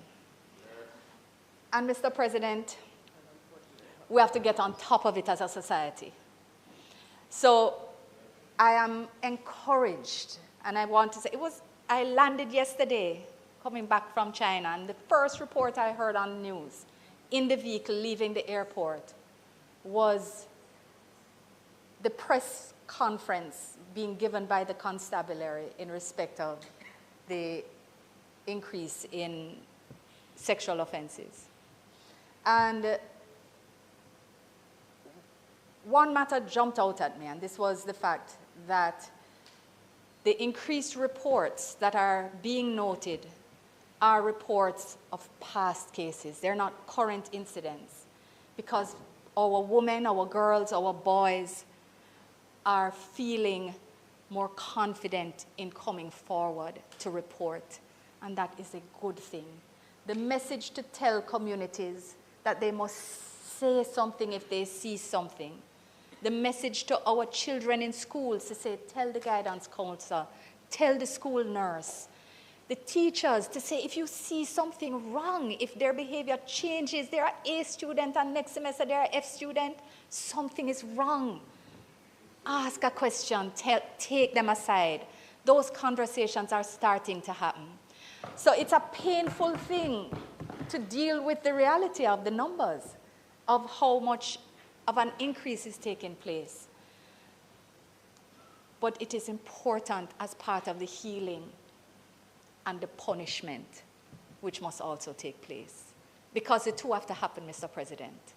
The healing cannot happen unless justice is also served. And it's clear that the community from which Kelsey hails understands that as well. So, Mr. President, we pray for her soul. We pray for the children in the neighborhood who are now fearful because they don't know who to trust either. And we await to hear more in respect of the second matter which Senator Brown raised, which is also horrific and absolutely, absolutely must see justice done. It is not intended to do anything further, I Mr. think that President. Senator Scott Motley was indicating that she would just respond briefly. Absolutely, Mr. President. President, I have stood up in this House so many times to express my sympathy about similar incidents. And I think that for me is what is painful. Because although the incidents have been recalled, there's another allegation of 2 children from the same household, 9 and 10, being abused. And it just bothers me. When Kelsey was murdered, I actually prepared a post to convey my sympathy, and then I paused. Because I say, surely we can't do something more than express our sympathy. Surely we can take some kind of stand against this brutality to which our women and our children are exposed. And that is why I protest the word GBV. You know that acronym, GBV. Do you know what it's supposed to represent? Gender-based violence, which our society has been in agreement that we must tone it down, hide it under something by calling it GBV. And that is, we just have to use the ugly words because it's ugly things that are happening. And we need to confront them because that's the only way we can address them. What would make, what happens inside of a person like that? And Senator Johnson Smith, we know that during the period of COVID, it stoked, it fomented that worst part in an individual. We know that the incidents of abuse of women and children escalated. We have to find a real way, I think, that will minimize the need for us to keep on coming back and showing how we feel. Because I know how you feel, I know everybody in here how they feel. But I remember that last year we felt the same way. So this really is a call for all of us to try to identify, and I know you have it on your mind, Senator Longmore, to identify the steps which we need to take against abuse generally, and to put in place stronger legislation to address what is happening to our women and children. We have a domestic violence joint select committee which has not met. We need to look at the penalties, strengthening the penalties for those who abuse and hurt children rather than focusing on well, and the two of us are in agreement. But what we are doing is punishing children who offend with higher mandatory sentencing. We need to pause and look at that. We need to, yes, but we need to look at cause, causation, and responsibility in the society. And so I embrace the family of Kelsey. She bears my niece's name. I felt an additional pang because it was like my Kelsey. We have to give these women some support beyond just the words that we express. I stand with the women who are abused. I stand with the children who are hurt. We all stand with them. But now we need a call to action. Thank you, Mr. President. Minister Johnson Smith. Mr. President, I ask that the Senate be adjourned for a date to be fixed. Member heard the question. Those in favor?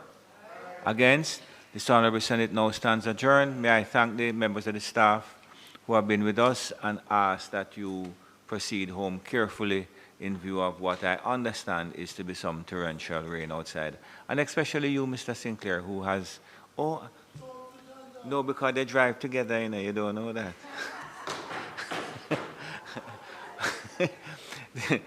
Both of you, please drive carefully on the highway, which has a tendency to be a bit hazardous during the inclement weather. The Senate now stands adjourned for a date to be fixed.